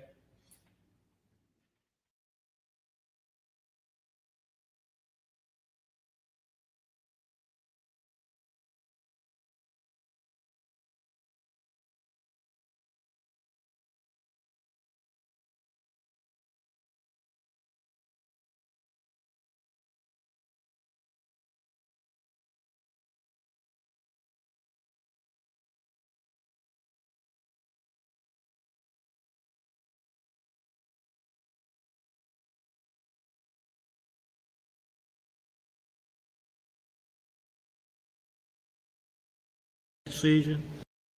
However, you were by I can't. District Attorney's Office, your own attorney cannot force you to testify. If you do choose not to testify, the jury will be instructed that the fact that you did not testify cannot be used as any evidence whatsoever that you were guilty of any crime, because we all have the right to remain silent. but whether you choose to testify or chose not to testify does not change the fact that the state bears the burden of proving that you are guilty, and you never have to prove that you're not guilty. You understand that? Yes, Have you consulted with your attorney and reached a decision on whether you wish to testify in your own defense or not? I did consult with my attorney. Have you made that decision? I have. And what is that decision? I do not want to testify. All right. Mr. Hill, do you agree with y'all had a discussion on that and reached that decision? We have discussed it more than once over the past several months, more than once today, and we are on the same page. Yes. All right. All right. At this time, I'm going to bring the jury in. Do you wish to call, does the defense wish to call any witnesses? No, sir. All right, I'm going to let you bring the jury back in. I'm going to let you rest in front of the jury. And I think we've all agreed that we've got a lot of stuff to do on jury instructions and preparing closing arguments. And I have caught us all a little about surprised how fast we've wrapped up here today anyway. I'm going to excuse the jury until 9 o'clock Monday morning. We'll come back then, have jury instructions ready, be prepared for closing statements and begin deliberation, okay? We'll talk about how long, let's talk about jury instructions after, let's talk about them shortly, then go to lunch and then come up and finish jury instructions after lunch, okay? All right, show the jury in.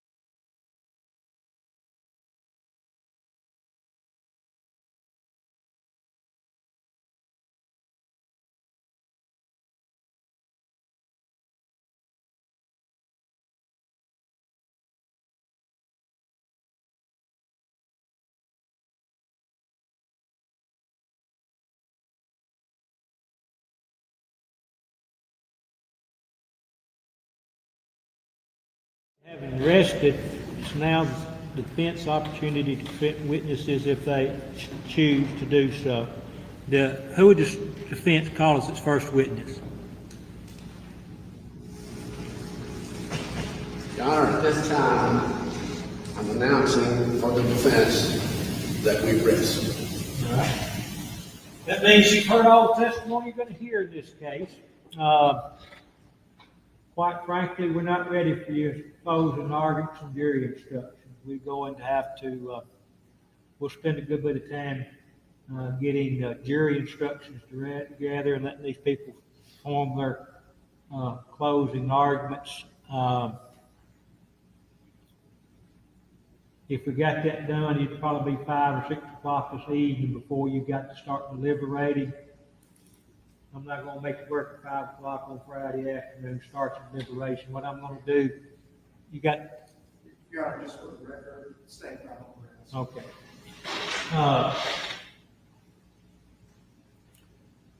going to let you go home. Be back in the jury room at 9 o'clock in the morning.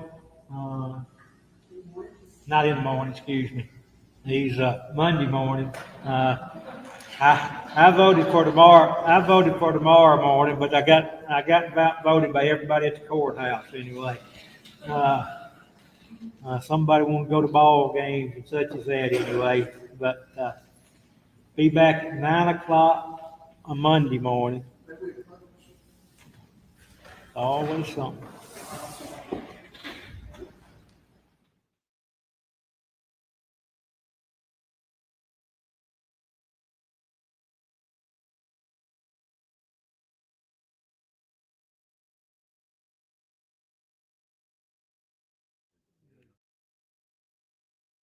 So it looks like they did not cut the feed, even though they sending the jury home.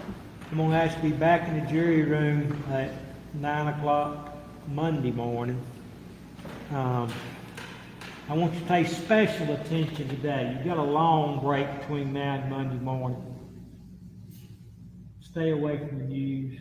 Anything you see pop up on Channel 9 or Facebook or any website or meeting somebody on the street that said, I heard you had jury duty. What do you think about it? You've got to avoid it. You don't form any opinions, don't express any opinions, don't talk about the case, don't even let anybody talk about the case with you. That includes your husbands and your wives, your kids, anyone else.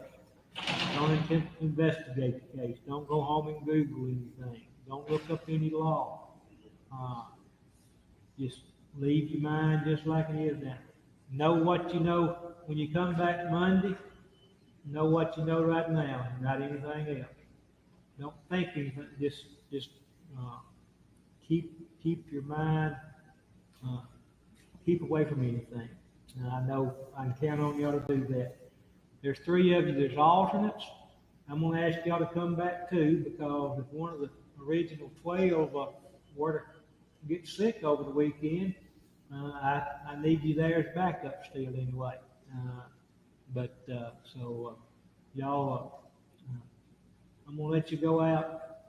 Nobody at the jury I don't have any reason to think, suspect in any way that anybody would try to contact you about your jury service. If they do, you let the court know about it, okay? Thank y'all. See y'all Monday morning.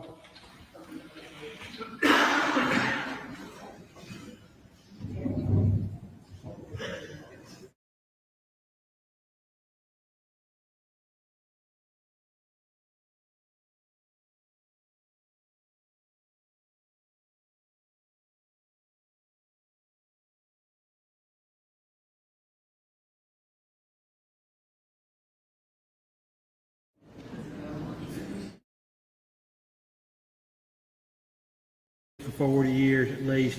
I don't know if in the court's instructions we included, I think it's C7, I think that deals with the defendant's failure to testify. If they don't, I'll include that anyway. I don't think it was in there. I think it was on 6. Okay. I have a position on that jury instruction, Okay. and I would like for it to be that. Okay. I don't want that. Okay, you don't get it. You don't. That's always that option. If you if you don't want it, you don't get it, and it's some different attorneys have different theories on that. And I think both of them are legitimate arguments anyway. There's a provision in one of the state's instructions that basically covers it. Okay. If you don't, whatever C6 or C7 dealing with the defendant's failure to testify not being used against you, if you don't want that, we just won't offer it, okay? Yes, sir. All right. So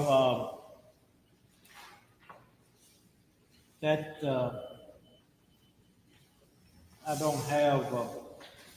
Let me see if I got my instructions. Have been filed. I think they've been filed.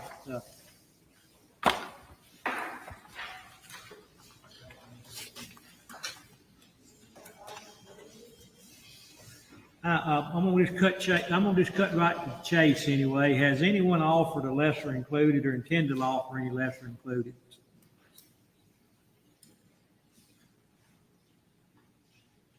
We did. You did not? Completely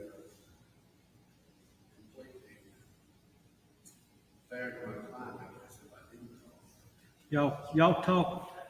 Why don't y'all spend these next few minutes? I think that's going to be the main issue. Like most of our jury instructions, I think, will be fairly straightforward, and I think whether or not any lesser included are going to be offered is be the only sticking point we might have. And why don't y'all just take?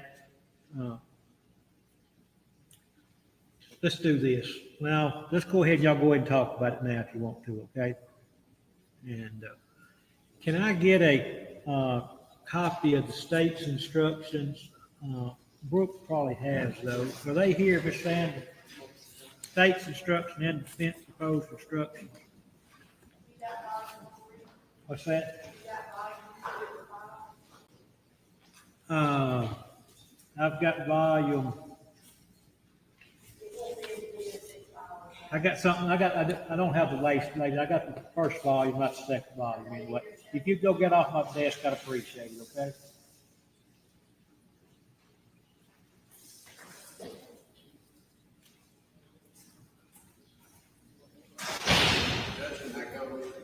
Yeah, you go wherever y'all feel comfortable. Okay.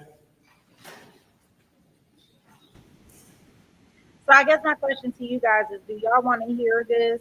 I don't know if they're going to talk or they kind of like, it does have it. I mean,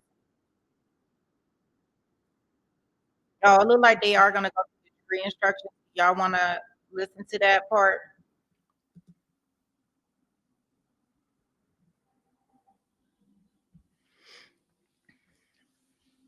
Y'all let me know if y'all want to listen to the jury instructions. Okay.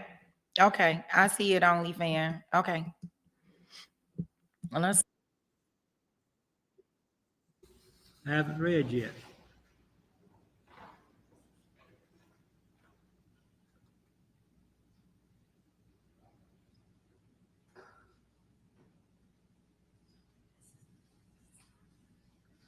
Is S3 offered?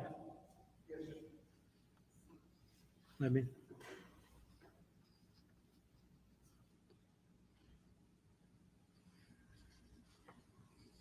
Any objection to S3?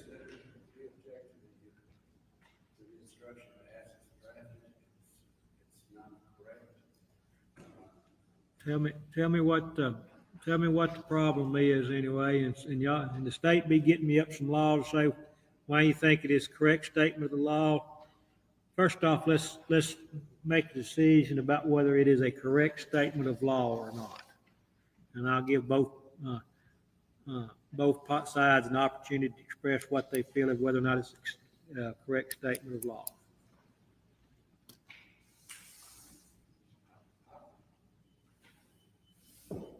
My position is that the robbery has to be first, and if a murder occurs during the commission of the robbery, then capital murder. Robbery can be a predicate offense, but it's got to occur first. What the question basically being, if I get mad and shoot somebody and then steal their wallet, is that capital murder or not?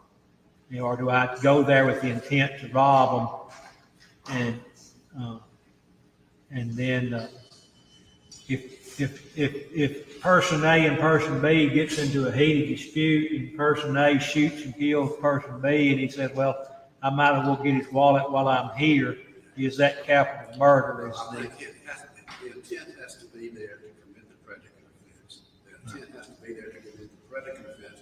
And the classic example that I've defended dozens of times is John Doe goes into a convenience store or a liquor store with the intent to rob. And things go sideways and the intent to rob then ends up and there's a murder as a result. That's capital murder. Okay.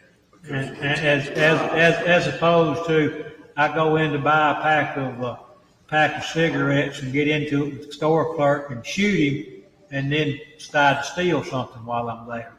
I want both sides to present their arguments as to what the law is on that case anyway. I don't want to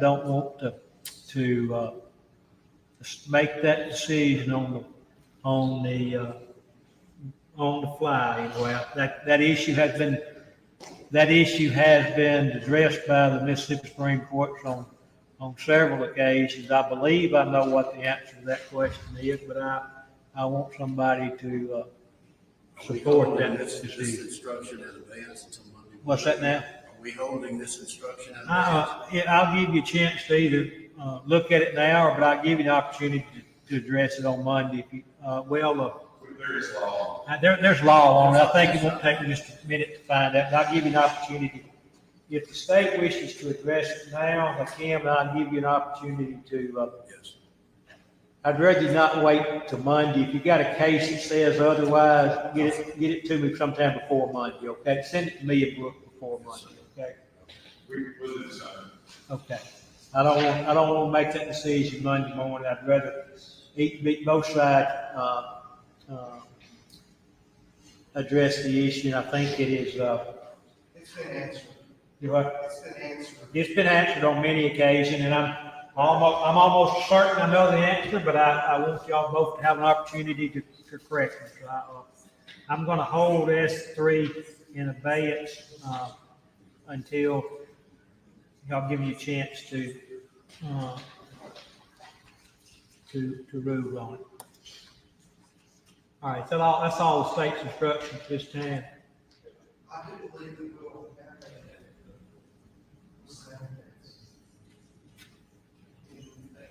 Yeah, it was in the instruction. What's that now? If I have service, I think I can answer that question in about 5 minutes. All right. Well, I'll give you an opportunity to. Does this, when I live here today, I don't want the jury be waiting Monday morning for us to still be arguing over jury instructions. If you got any, does the state anticipate any further jury instructions? All right. All right. Let's move on to the defense instruction. D1, is D1 offered?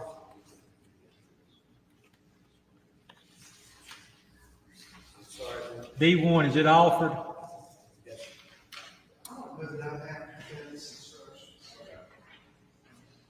I can run and get you a copy right quick if y'all need another copy.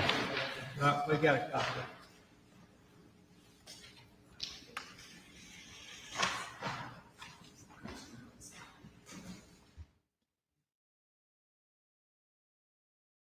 D1 has been offered. I'll give you the opportunity to look at it and see if you've got an objection. It's in the elements instruction that we have approved on November 30th, 2022. Jeffrey Spence did this and that, so it's already in the elements. I think there is there again, I think there's case law on whether an alibi instruction gets its own instruction or not anyway. You need an opportunity to look at that. I want one or two. That's what I say. You're probably gonna get one, either, you're probably gonna get either or, but not both anyway. Okay,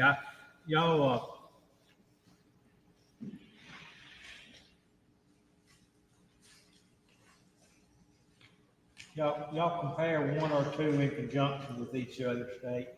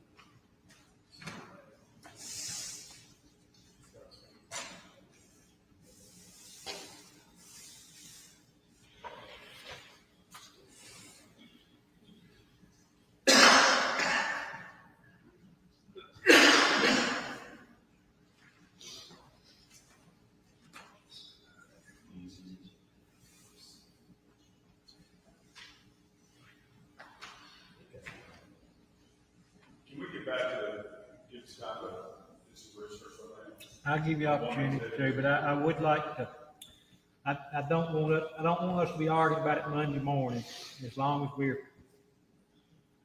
y'all can work as much this afternoon or tomorrow as you want to, but I want to reach the decision before Monday. Well, and we can send you support. Y'all send me some forward anyway. But I'll be considered either D1 or D2, but not both anyway. Yes, yes. Okay? And I will, is it okay if I send you information Sunday afternoon? Is that That'll be soon- fine. is that That'll soon be enough? fine. Is that I'll soon be, enough for the court? if y'all will send me any information y'all want on these jury's questions on Sunday, I'll tell you what I'm gonna do Sunday. So y'all can prepare, okay? Yes, sir. Let's move on to D3. I'll be expecting, y'all's commentary on S3, D1, and D2 before Monday, all right? Let's move on to D3 anyway. It's often offered anyway. D3, I assume, is offered. What's the state's comment on D3? It is, I assume. It's confusing, reasonable doubt, more probable, the way the evidence, that's covered in the course instructions. We,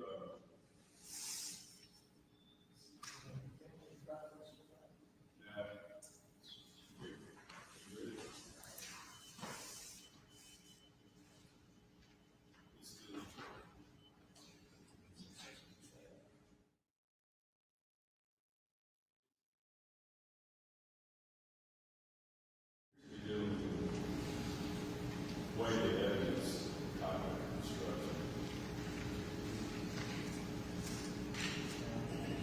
I don't think it's problem. Any word in support, Mr. Hill?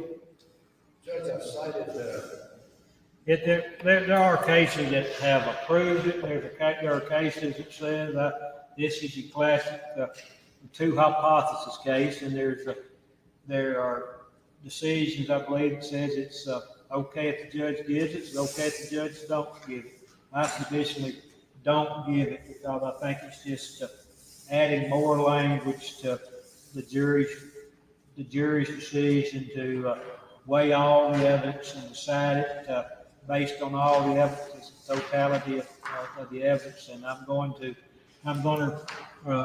I think it's in the court's discretion to refuse or grant, and I'm going to refuse D3. While it's not error to grant it, it's also, court's opinion, it's not error to refuse it. And I just think it's just adds complication to the jury's duties anyway. All right, that brings us to D4.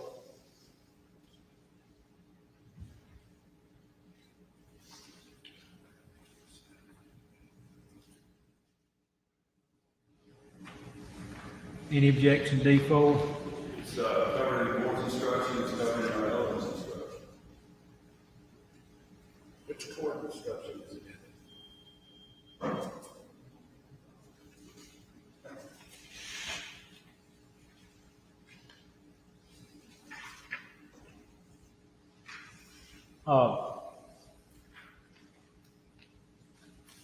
To me, the D4 is very akin to, has elements of the court's instruction 6, which I'm not giving, where it says not required to prove, present evidence. When it says Jeffrey Spence is not required to present evidence or prove anything, that it's akin to the C6 anyway. So I'm not giving C6.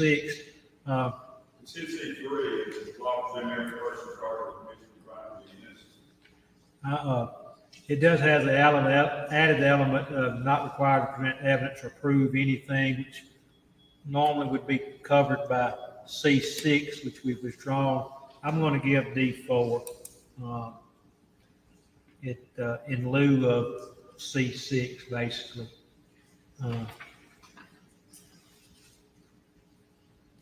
D5. Repetitive, cumulative, on.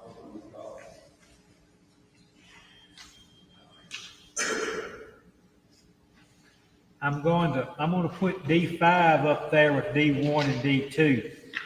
I'm not, I'm not gonna give all three of those. Those are interrelated.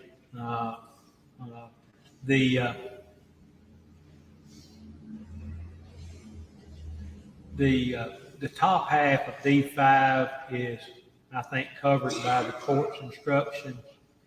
But dealing with the alibi, I want to see if, first off, see if alibi is to be treated separately other than this general burden of proof.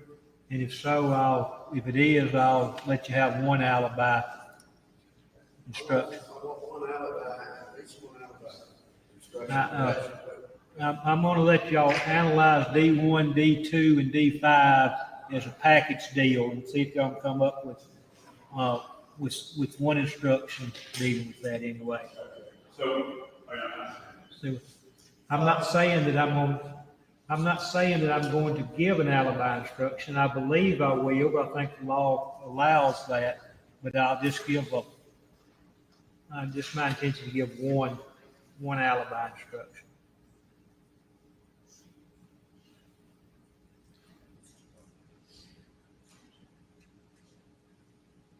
D6. we rejected that.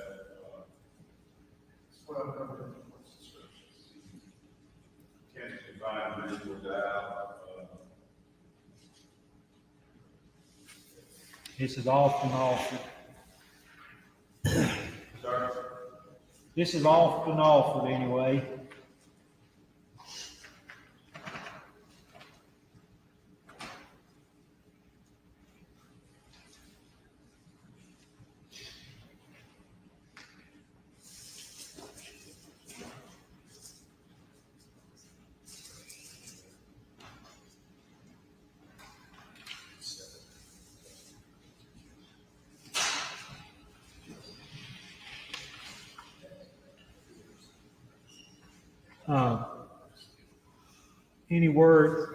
Any opinion on D6, Mr. Hill? I know it's often offered. Well, it's a correct statement of legal principles covered there, but it may be covered in the court's instruction. It is covered in the court's instruction. I'm gonna refuse D6. I've already covered it, and I take the opinion that don't just keep on harping on anything. Get the jury confused. All right, D7.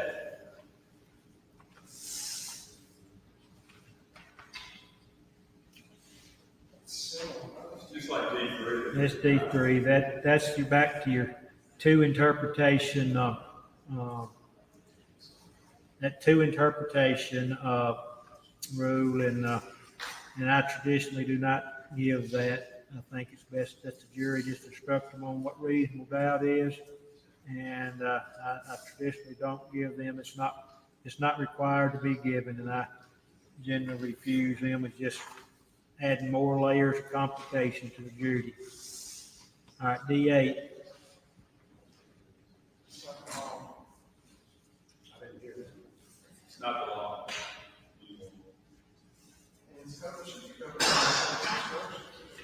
Let me read it back to you. Go ahead. Of course. How the jury is evaluating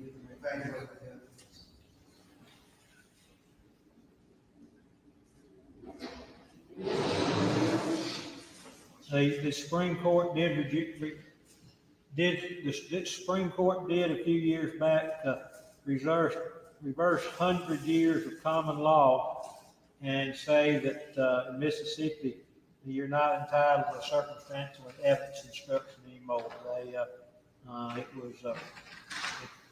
This instruction had been given for the last 150 years in the state of Mississippi, but the Supreme Court has specifically said it should not be given anymore. And the Should not evidence, be, or up to your discretion? what's that now? Should not be given, or is it up to your It discretion? said should not be given. So you don't have it. I don't think I have the discretion. It is no longer a correct statement of the law anyway. I'm not going to.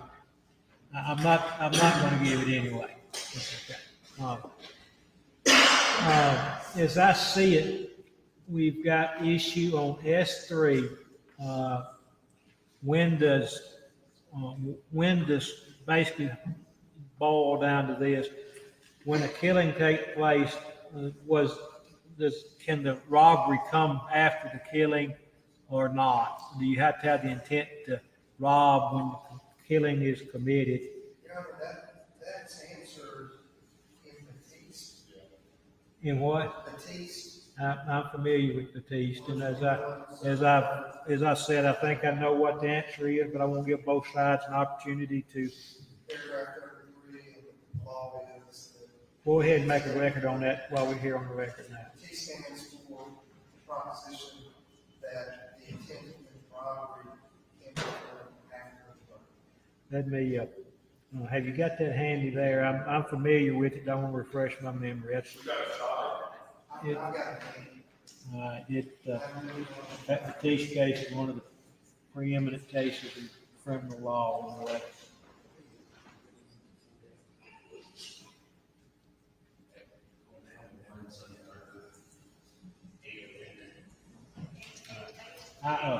I'm gonna do this, Mr. Creekmore.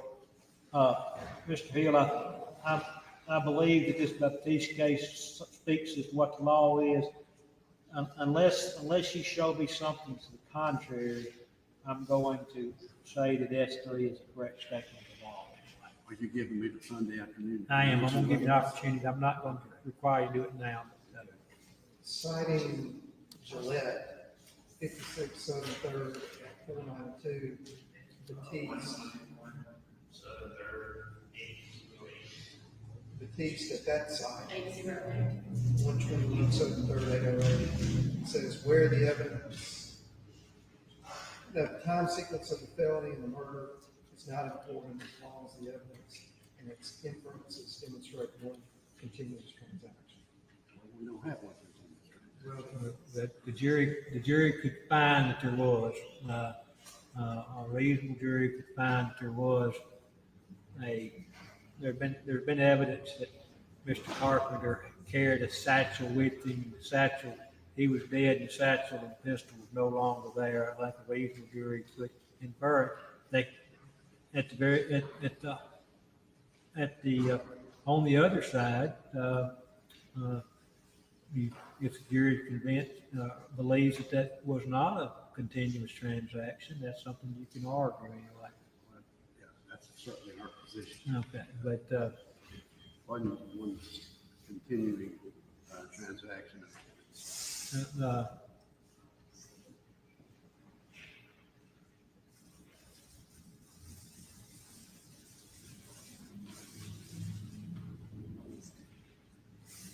I'm gonna work under the assumption that I'm gonna give S3 unless you provide me something that says I shouldn't. Okay. You'll hear from me Sunday afternoon. That leaves us with the continuing transaction on the robbery issue that Mr. Hill's going to look at. And then D1, D2, and D5. First question before y'all will be this: whether an alibi instruction should be given at all, and if so, whether it's separate and apart from just reasonable doubt, and if so, what instruction should be? And if y'all would, I'll give you Sunday to check on that anyway. One of those three, 1, 2, and 5. 1, 2, and 5. The first baseline question is: should an alibi instruction be given at all, or is that just part of reasonable doubt that the court instruction on? I'm not sure that we could put on notice that there was going to be an alibi. There was some, maybe 2 witnesses, but I have no proof from either one of those individuals that were noticed to us by the defense. And I don't, Opportunity to examine them. So I'm not satisfied. with that. y'all be prepared to argue about alibi prior to Monday morning. Okay, send me any law you want to before Monday morning, and I'll make a decision and put on the record Monday morning, okay? What is required to, first off, is the statement, that, like the text message is saying, Daddy's cooking hamburgers, is that sufficient I to? understand that, and that may be, go to the element that the state has to prove beyond a reasonable doubt that on November 30th, 2022, that he was there in Tippah County to kill Kirby Carpenter. Is that, That may be proven to argue against that element, but I don't know if it necessarily constitutes an asserted alibi. as I stated earlier, the baseline question is whether or not the defendant can receive an alibi instruction in this case, followed by, if he is, what should that instruction be? That's your homework assignment, anyway, okay? I understand what you're saying. All right, anything else we need, why don't we, while we're here, so we won't have to do it Monday morning, is, so if you're planning on getting up a closing argument, how long does each side want for a closing argument? We did the same thing with it. What's that? Like, we'll use y'all like an hour. He wants an hour. Did you say an hour? I said an hour. All right, hour it is each side. I'll let y'all divide it up. First half, second half can't be more than half, more than half. Probably. I'll let y'all give me some time. Y'all can get your notes together and decide how long you want. However much time you need, I'll take the rest. All right. Anything else before we break for the day, for the week? Not from me, Judge. All right. Court's in recess. Ladies and gentlemen of the jury, I know emotions are high. We're coming to close this thing. Don't do anything to mess this court proceeding up. I'm not expecting you to, but everybody just hang in there till Monday. Let's get this thing over with, okay? I'm just asking you to do that, all right? All right, court be in recess until 9 o'clock Monday morning.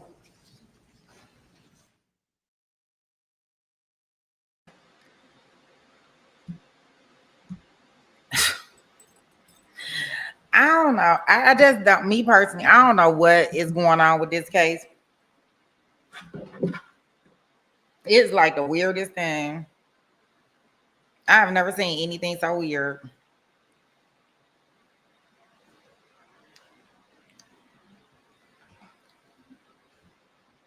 Nothing so weird. So those are the what they have in regards to the jury instructions. I was trying to see if this other trial was going to start.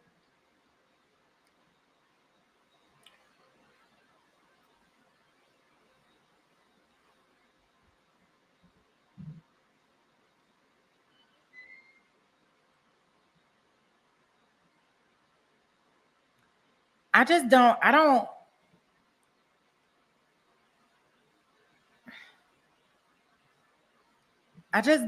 don't know what the dad,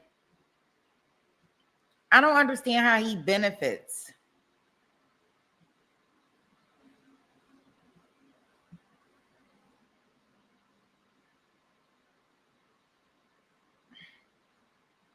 And I guess that's what's messing me up.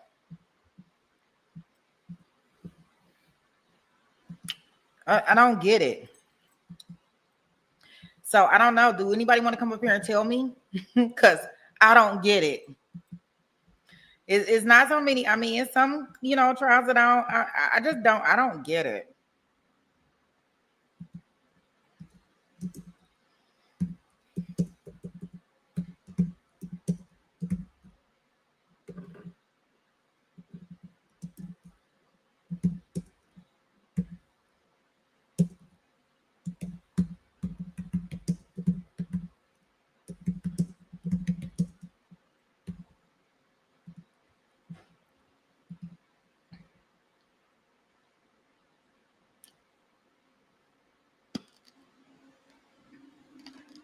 the baby, but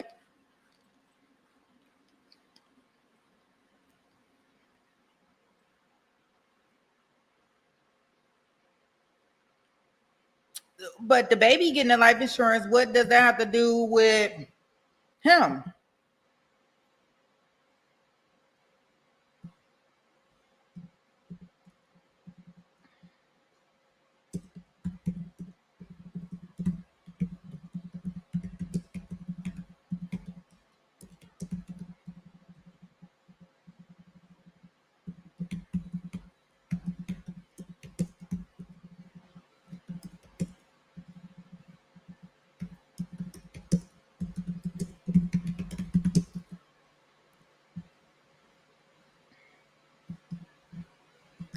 I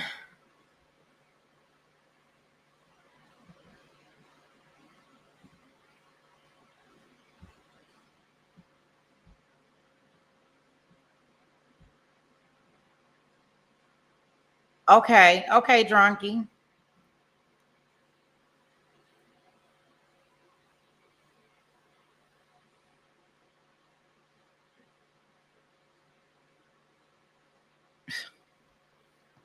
I don't know. None of this sits well with me. I don't understand it. I mean, because he had so much more. Why not take it all? Why is any of this stuff even the evidence coming into court? Like this man had tons of money. Tons of money. Why not take it all? Why leave $2,800 on him? Why did she not notice that her husband, her boyfriend, baby daddy was gone for 2-3 days? Why is he confessing to the daughter that he unalived? And this is almost 14 months afterwards.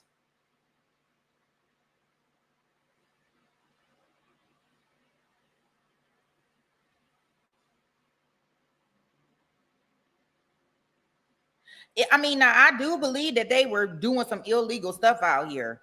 Don't get that wrong. I don't want y'all to think that. Like they were out here doing some strange things, right? They ain't had no business doing.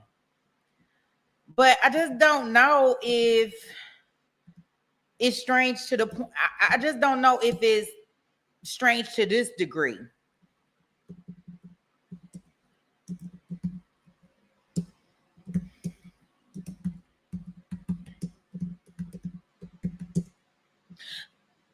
That's my only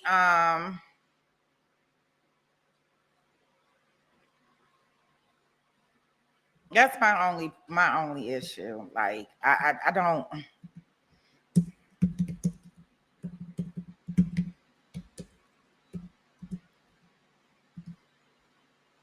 And I guess that's what worries me. Like they could be crappy parents, right? And they could have did some crappy stuff to their kids. I'm not taking anything away from that. I just don't know if it's crappy to the point that we think that he unalived them. And then this guy had these enemies. I mean, the one daughter, she had to say the N word on the stand. She had to say the N word, not the M word. I think I said M word. She had to say the N word. I mean, like that letter was very vulgar, and it sounded like he had a lot of enemies out here.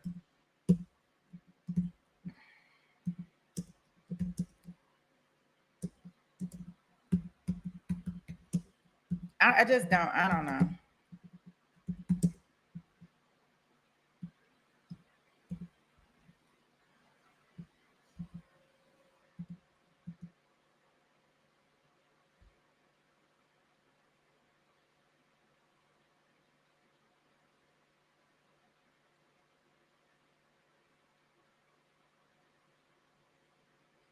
She said it with her chest therapist.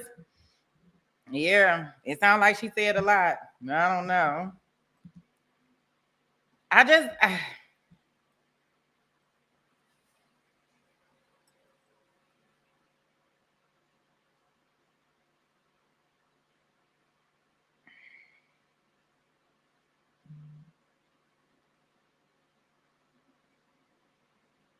Yeah, definitely wasn't her first time because any other word she was fumbling. Y'all noticed that regular word she was fumbling over, but when she got to that one, she was like,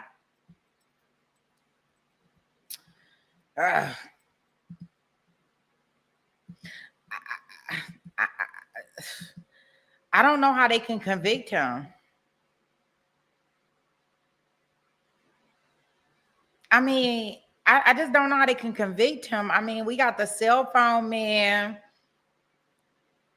where they got these gaps in times missing, y'all. I don't know if y'all looked at all the testimony, but they got gaps in times missing from videos.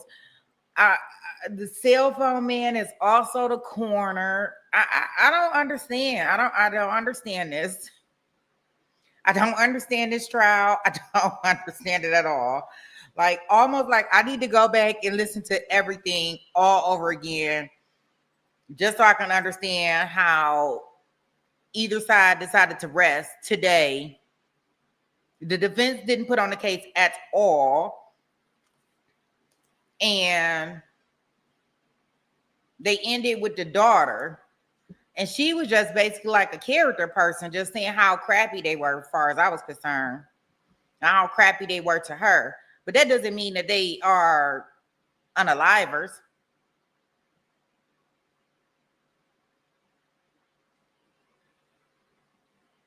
Yeah, I think so too, therapist. I don't think that they proved anything. I think that the defense did a good job with the daughter on the stand yesterday, poking holes like, hey, well, this person had a beef with him. This person had a problem with him. You know, and then when they brought out all the stuff that was there still, the coins, you were, and you know, also with her, hey, you were arrested for this too. Because don't forget, y'all, she was arrested for this too. So it's the mama, the daughter, and the daddy. The mama, she did an Alford plea. So she got sentenced to 10 years, but it's suspended. What she gave up, I don't know. Because she didn't come in here and testify. So I'm thinking that she's using her spousal privileges.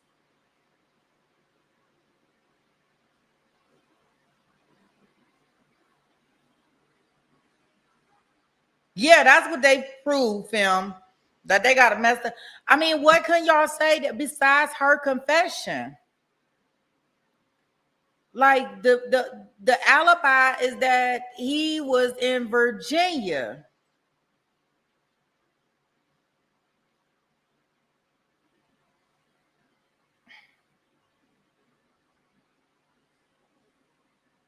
I mean, did the phone data put him back in Mississippi? I mean, because I could have very much well missed it.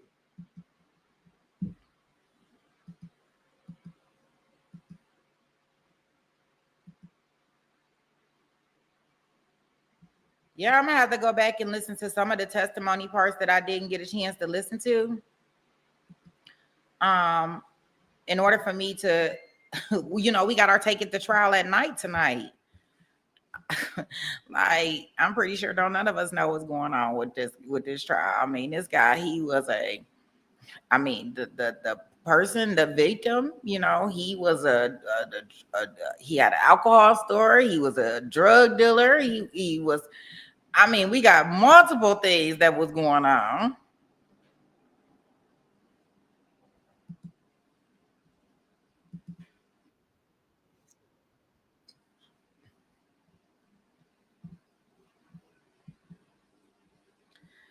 Yeah, so I in order for me to get our theme together for tonight, like, yeah, I don't know.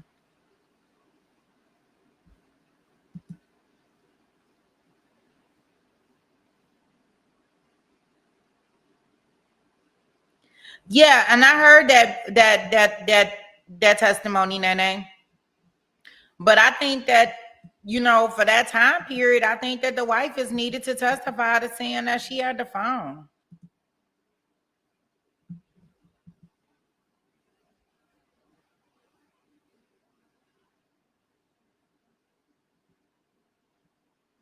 Now, I mean, this daughter, when she came up there, she's so vengeful for all the things that he has done to her.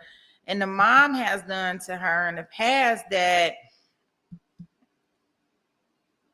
even if it wasn't something, she was making it something because she's so peed off about everything else, rightfully so. Like, I'm not knocking her for it, but she's so peed off about everything else that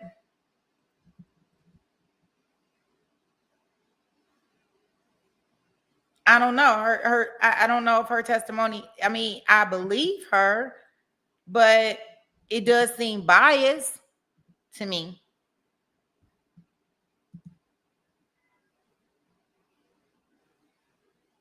Yeah, Baca, in the first days of testimony, I will admit that everybody played the same role. Like, I mean, the same guy that changed your tire was the police officer that came and arrested him. Like, everybody, and that's why the witnesses were on there so long, because they played the same role. Like, they multitask. Like, so many, I don't know. I think that I just don't.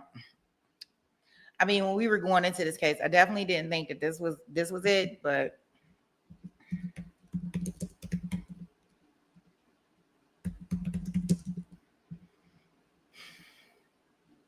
so I wanna see if I can find the next case that we supposed to be doing.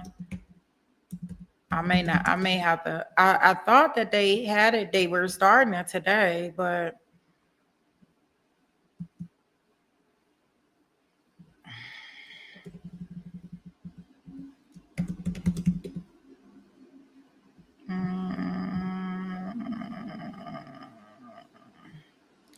let me see if I can find it.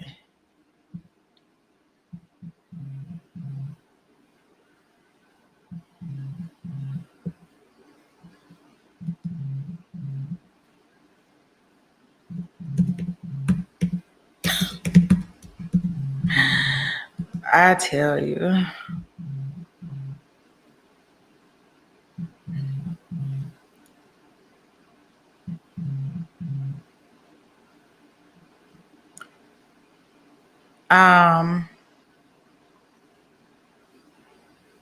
Let me see if I can find maybe a good.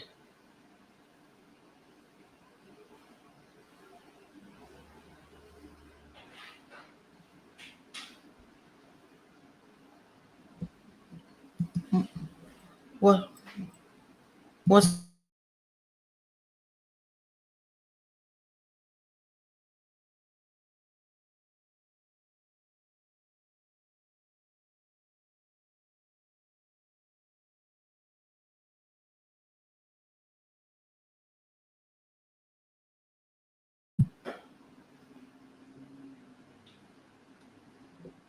so this is the other case that I don't know if they gonna cover it gavel to gavel. I am hoping they cover it gavel to gavel.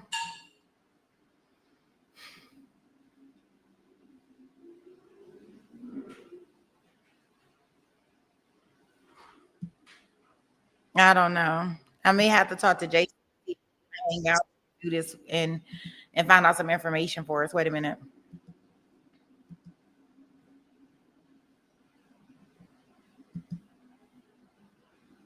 I'm gonna look over the weekend and see what I can find.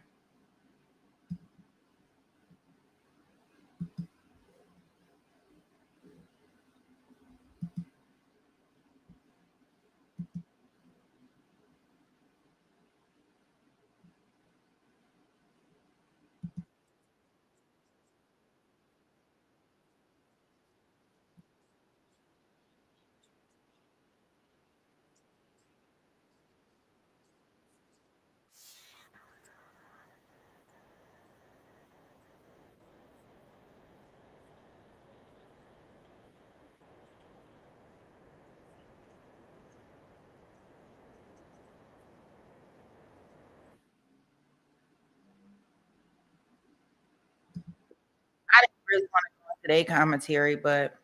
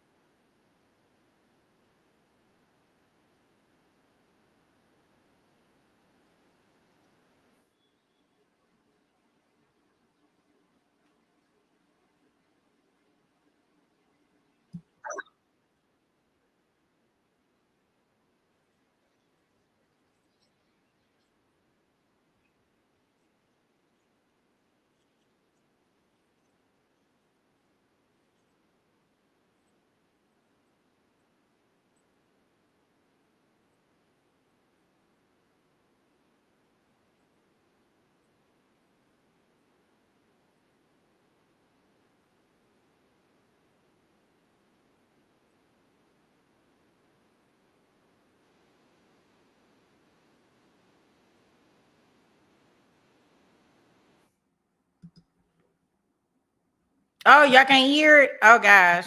Y'all couldn't hear it. And I'm just listening. Okay, let me rewind it so y'all can hear it. I'm just listening. It's my first time listening to it. So I'm all in there listening to it. My bad.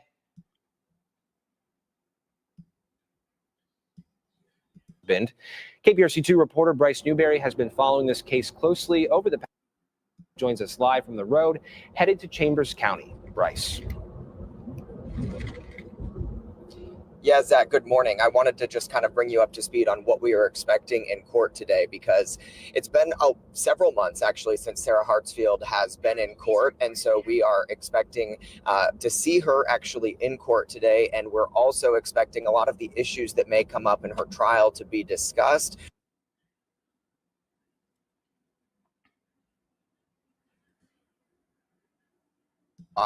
Involving the new wife of one of her ex-husbands and one of her exes who she allegedly directed to go to Arizona and try to carry out a hit on that new wife. So there's a lot of things that prosecutors are hoping to bring up in this trial.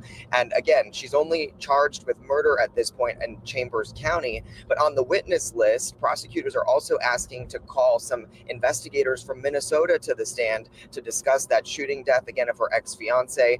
His name was David Bragg, who died back in 2018 at the time, though prosecutors in Minnesota ruled that shooting a self-defense. Her third attorney who's been involved with it. The first one, she fired. She didn't want him representing her anymore. She didn't like the way that he was representing her. The second one that then came in, he ended up running for district attorney to be the top prosecutor in another county. So as her defense attorney, he couldn't proceed with the case. Now this is the third attorney who's been involved. And we have seen some trial dates that have been scheduled in the past. Unfortunately, those dates have not moved forward. But when you think about Chambers County also, Zach, it's a small county. There's really. So needless to say, her name is Susan Hatsfield. Now, you know, from what I can gather from all the information that I have seen so far, she can definitely get him to marry her. That's what I can definitely tell you. So she's been married like 5 times, engaged 1 time.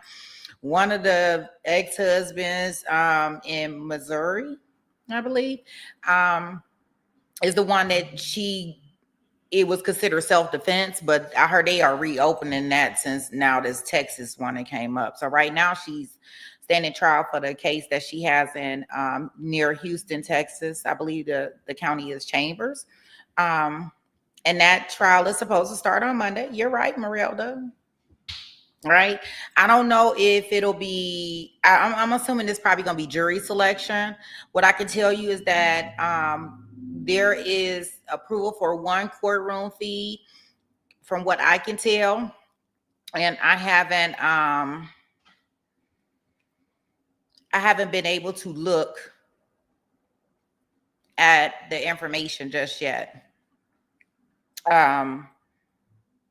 For that portion. So I've seen that there was one TV station, but it wasn't Court TV, or it was like a local news channel that has the Rule 22 in order to be able to air it. And the courtroom is only allowing 1 courtroom feed. So I have to see.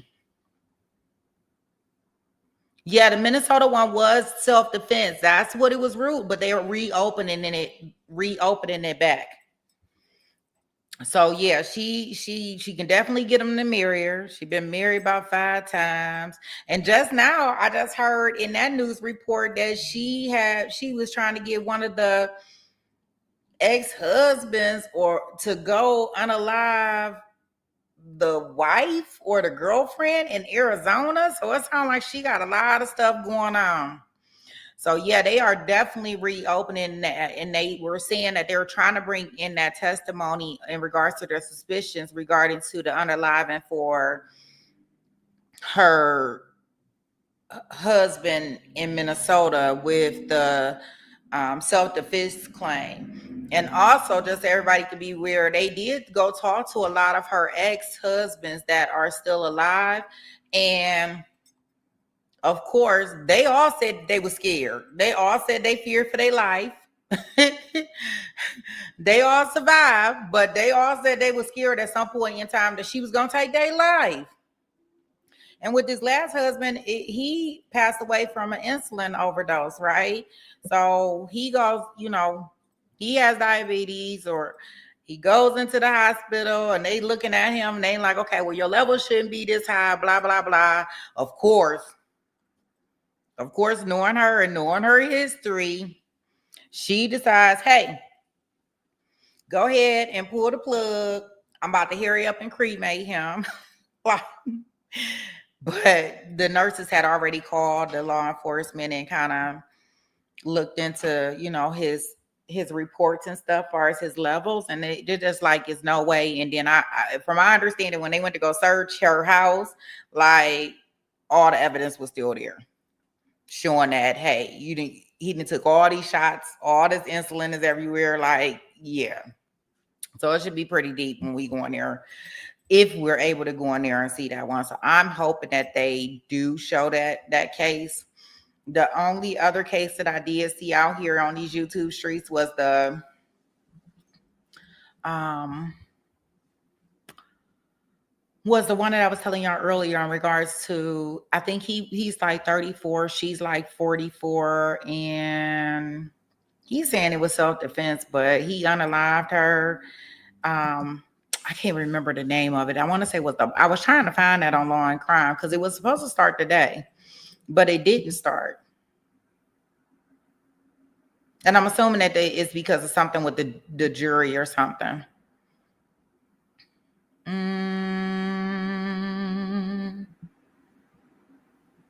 I gotta see.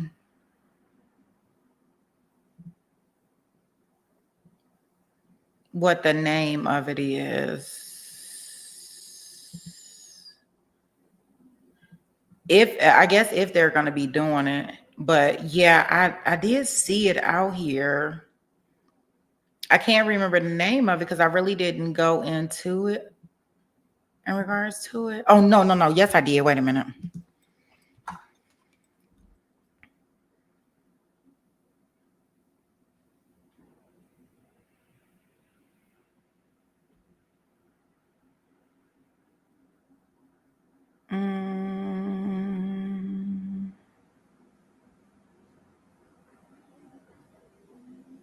Okay, so this case, the other case that I was talking about, this case is in Florida. They calling it, at least they were calling it. Because I had put the notes in my phone. It's Florida versus Daniel Stearns. Of course, Florida is not going to be kept out of the news. Like, it's just not going to happen. So what I took down just is they calling it the monster on the compound trial. He is 35. The victim was 44. Her name is Nancy. This happened in Florida, like I said. Let me see. He's charged with second-degree unaliving and abuse of a human body because, of course, he did dismember her and he also set her on fire. Yep, so we got another Stearns. Now, Law and Crime, like I said, they were supposed to be providing gavel-to-gavel coverage, and it was supposed to start today because I seen the notification come out, but it didn't. They never, I'm assuming it must have something to do with the jury. So worst case scenario will be directly in this case. I cannot imagine that they're not going to do Susan Hatfield. I keep thinking of Michael Myers when I think of her last name, Hatfield, right?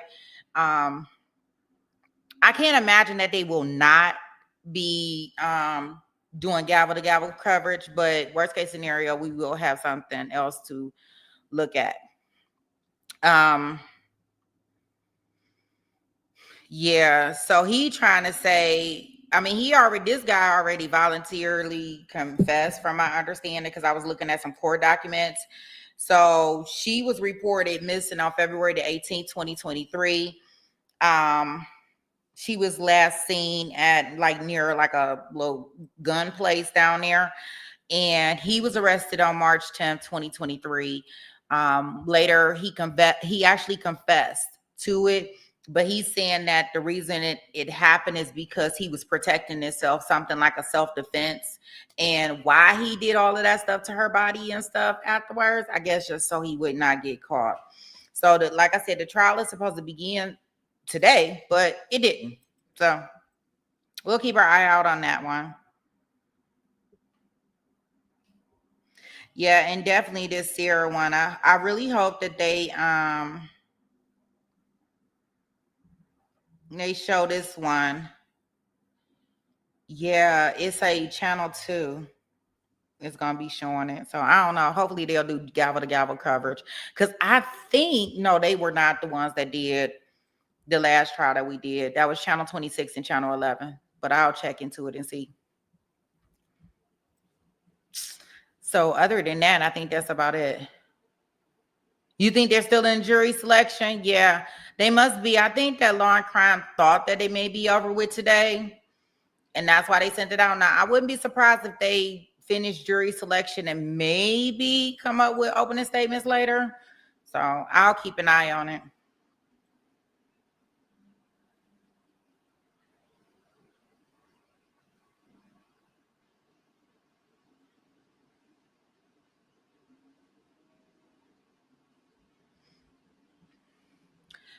Okay. Well, I am going to, so we're going to be done for the day for right now. We'll do our take it to trial later tonight. I'll get some games and stuff or something for us to do in regards to our trials that we covered this weekend, our verdicts that we did. Make sure you BYOB, BYOF, bring your own food, bring all that stuff. And we're going to hang out for a little bit this evening. And other than that, I think that takes care of our day and set our schedule for next week, right? Early day, short day, real short day. Like this is up under 3 hours. Yes, absolutely, Barbara. Yeah, I'm glad that he's home. I seen your message last night. Did I respond to it? I might have. I can't remember.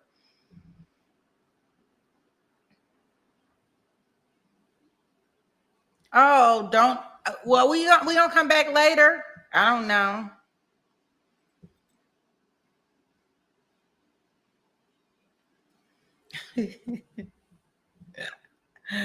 I tell you, like, I don't know if I like them or hate them or what. I don't know. I need. Oh, well, I got some stuff that we can do on these short days. No. Yeah, you do have to go be a real adult, or maybe not.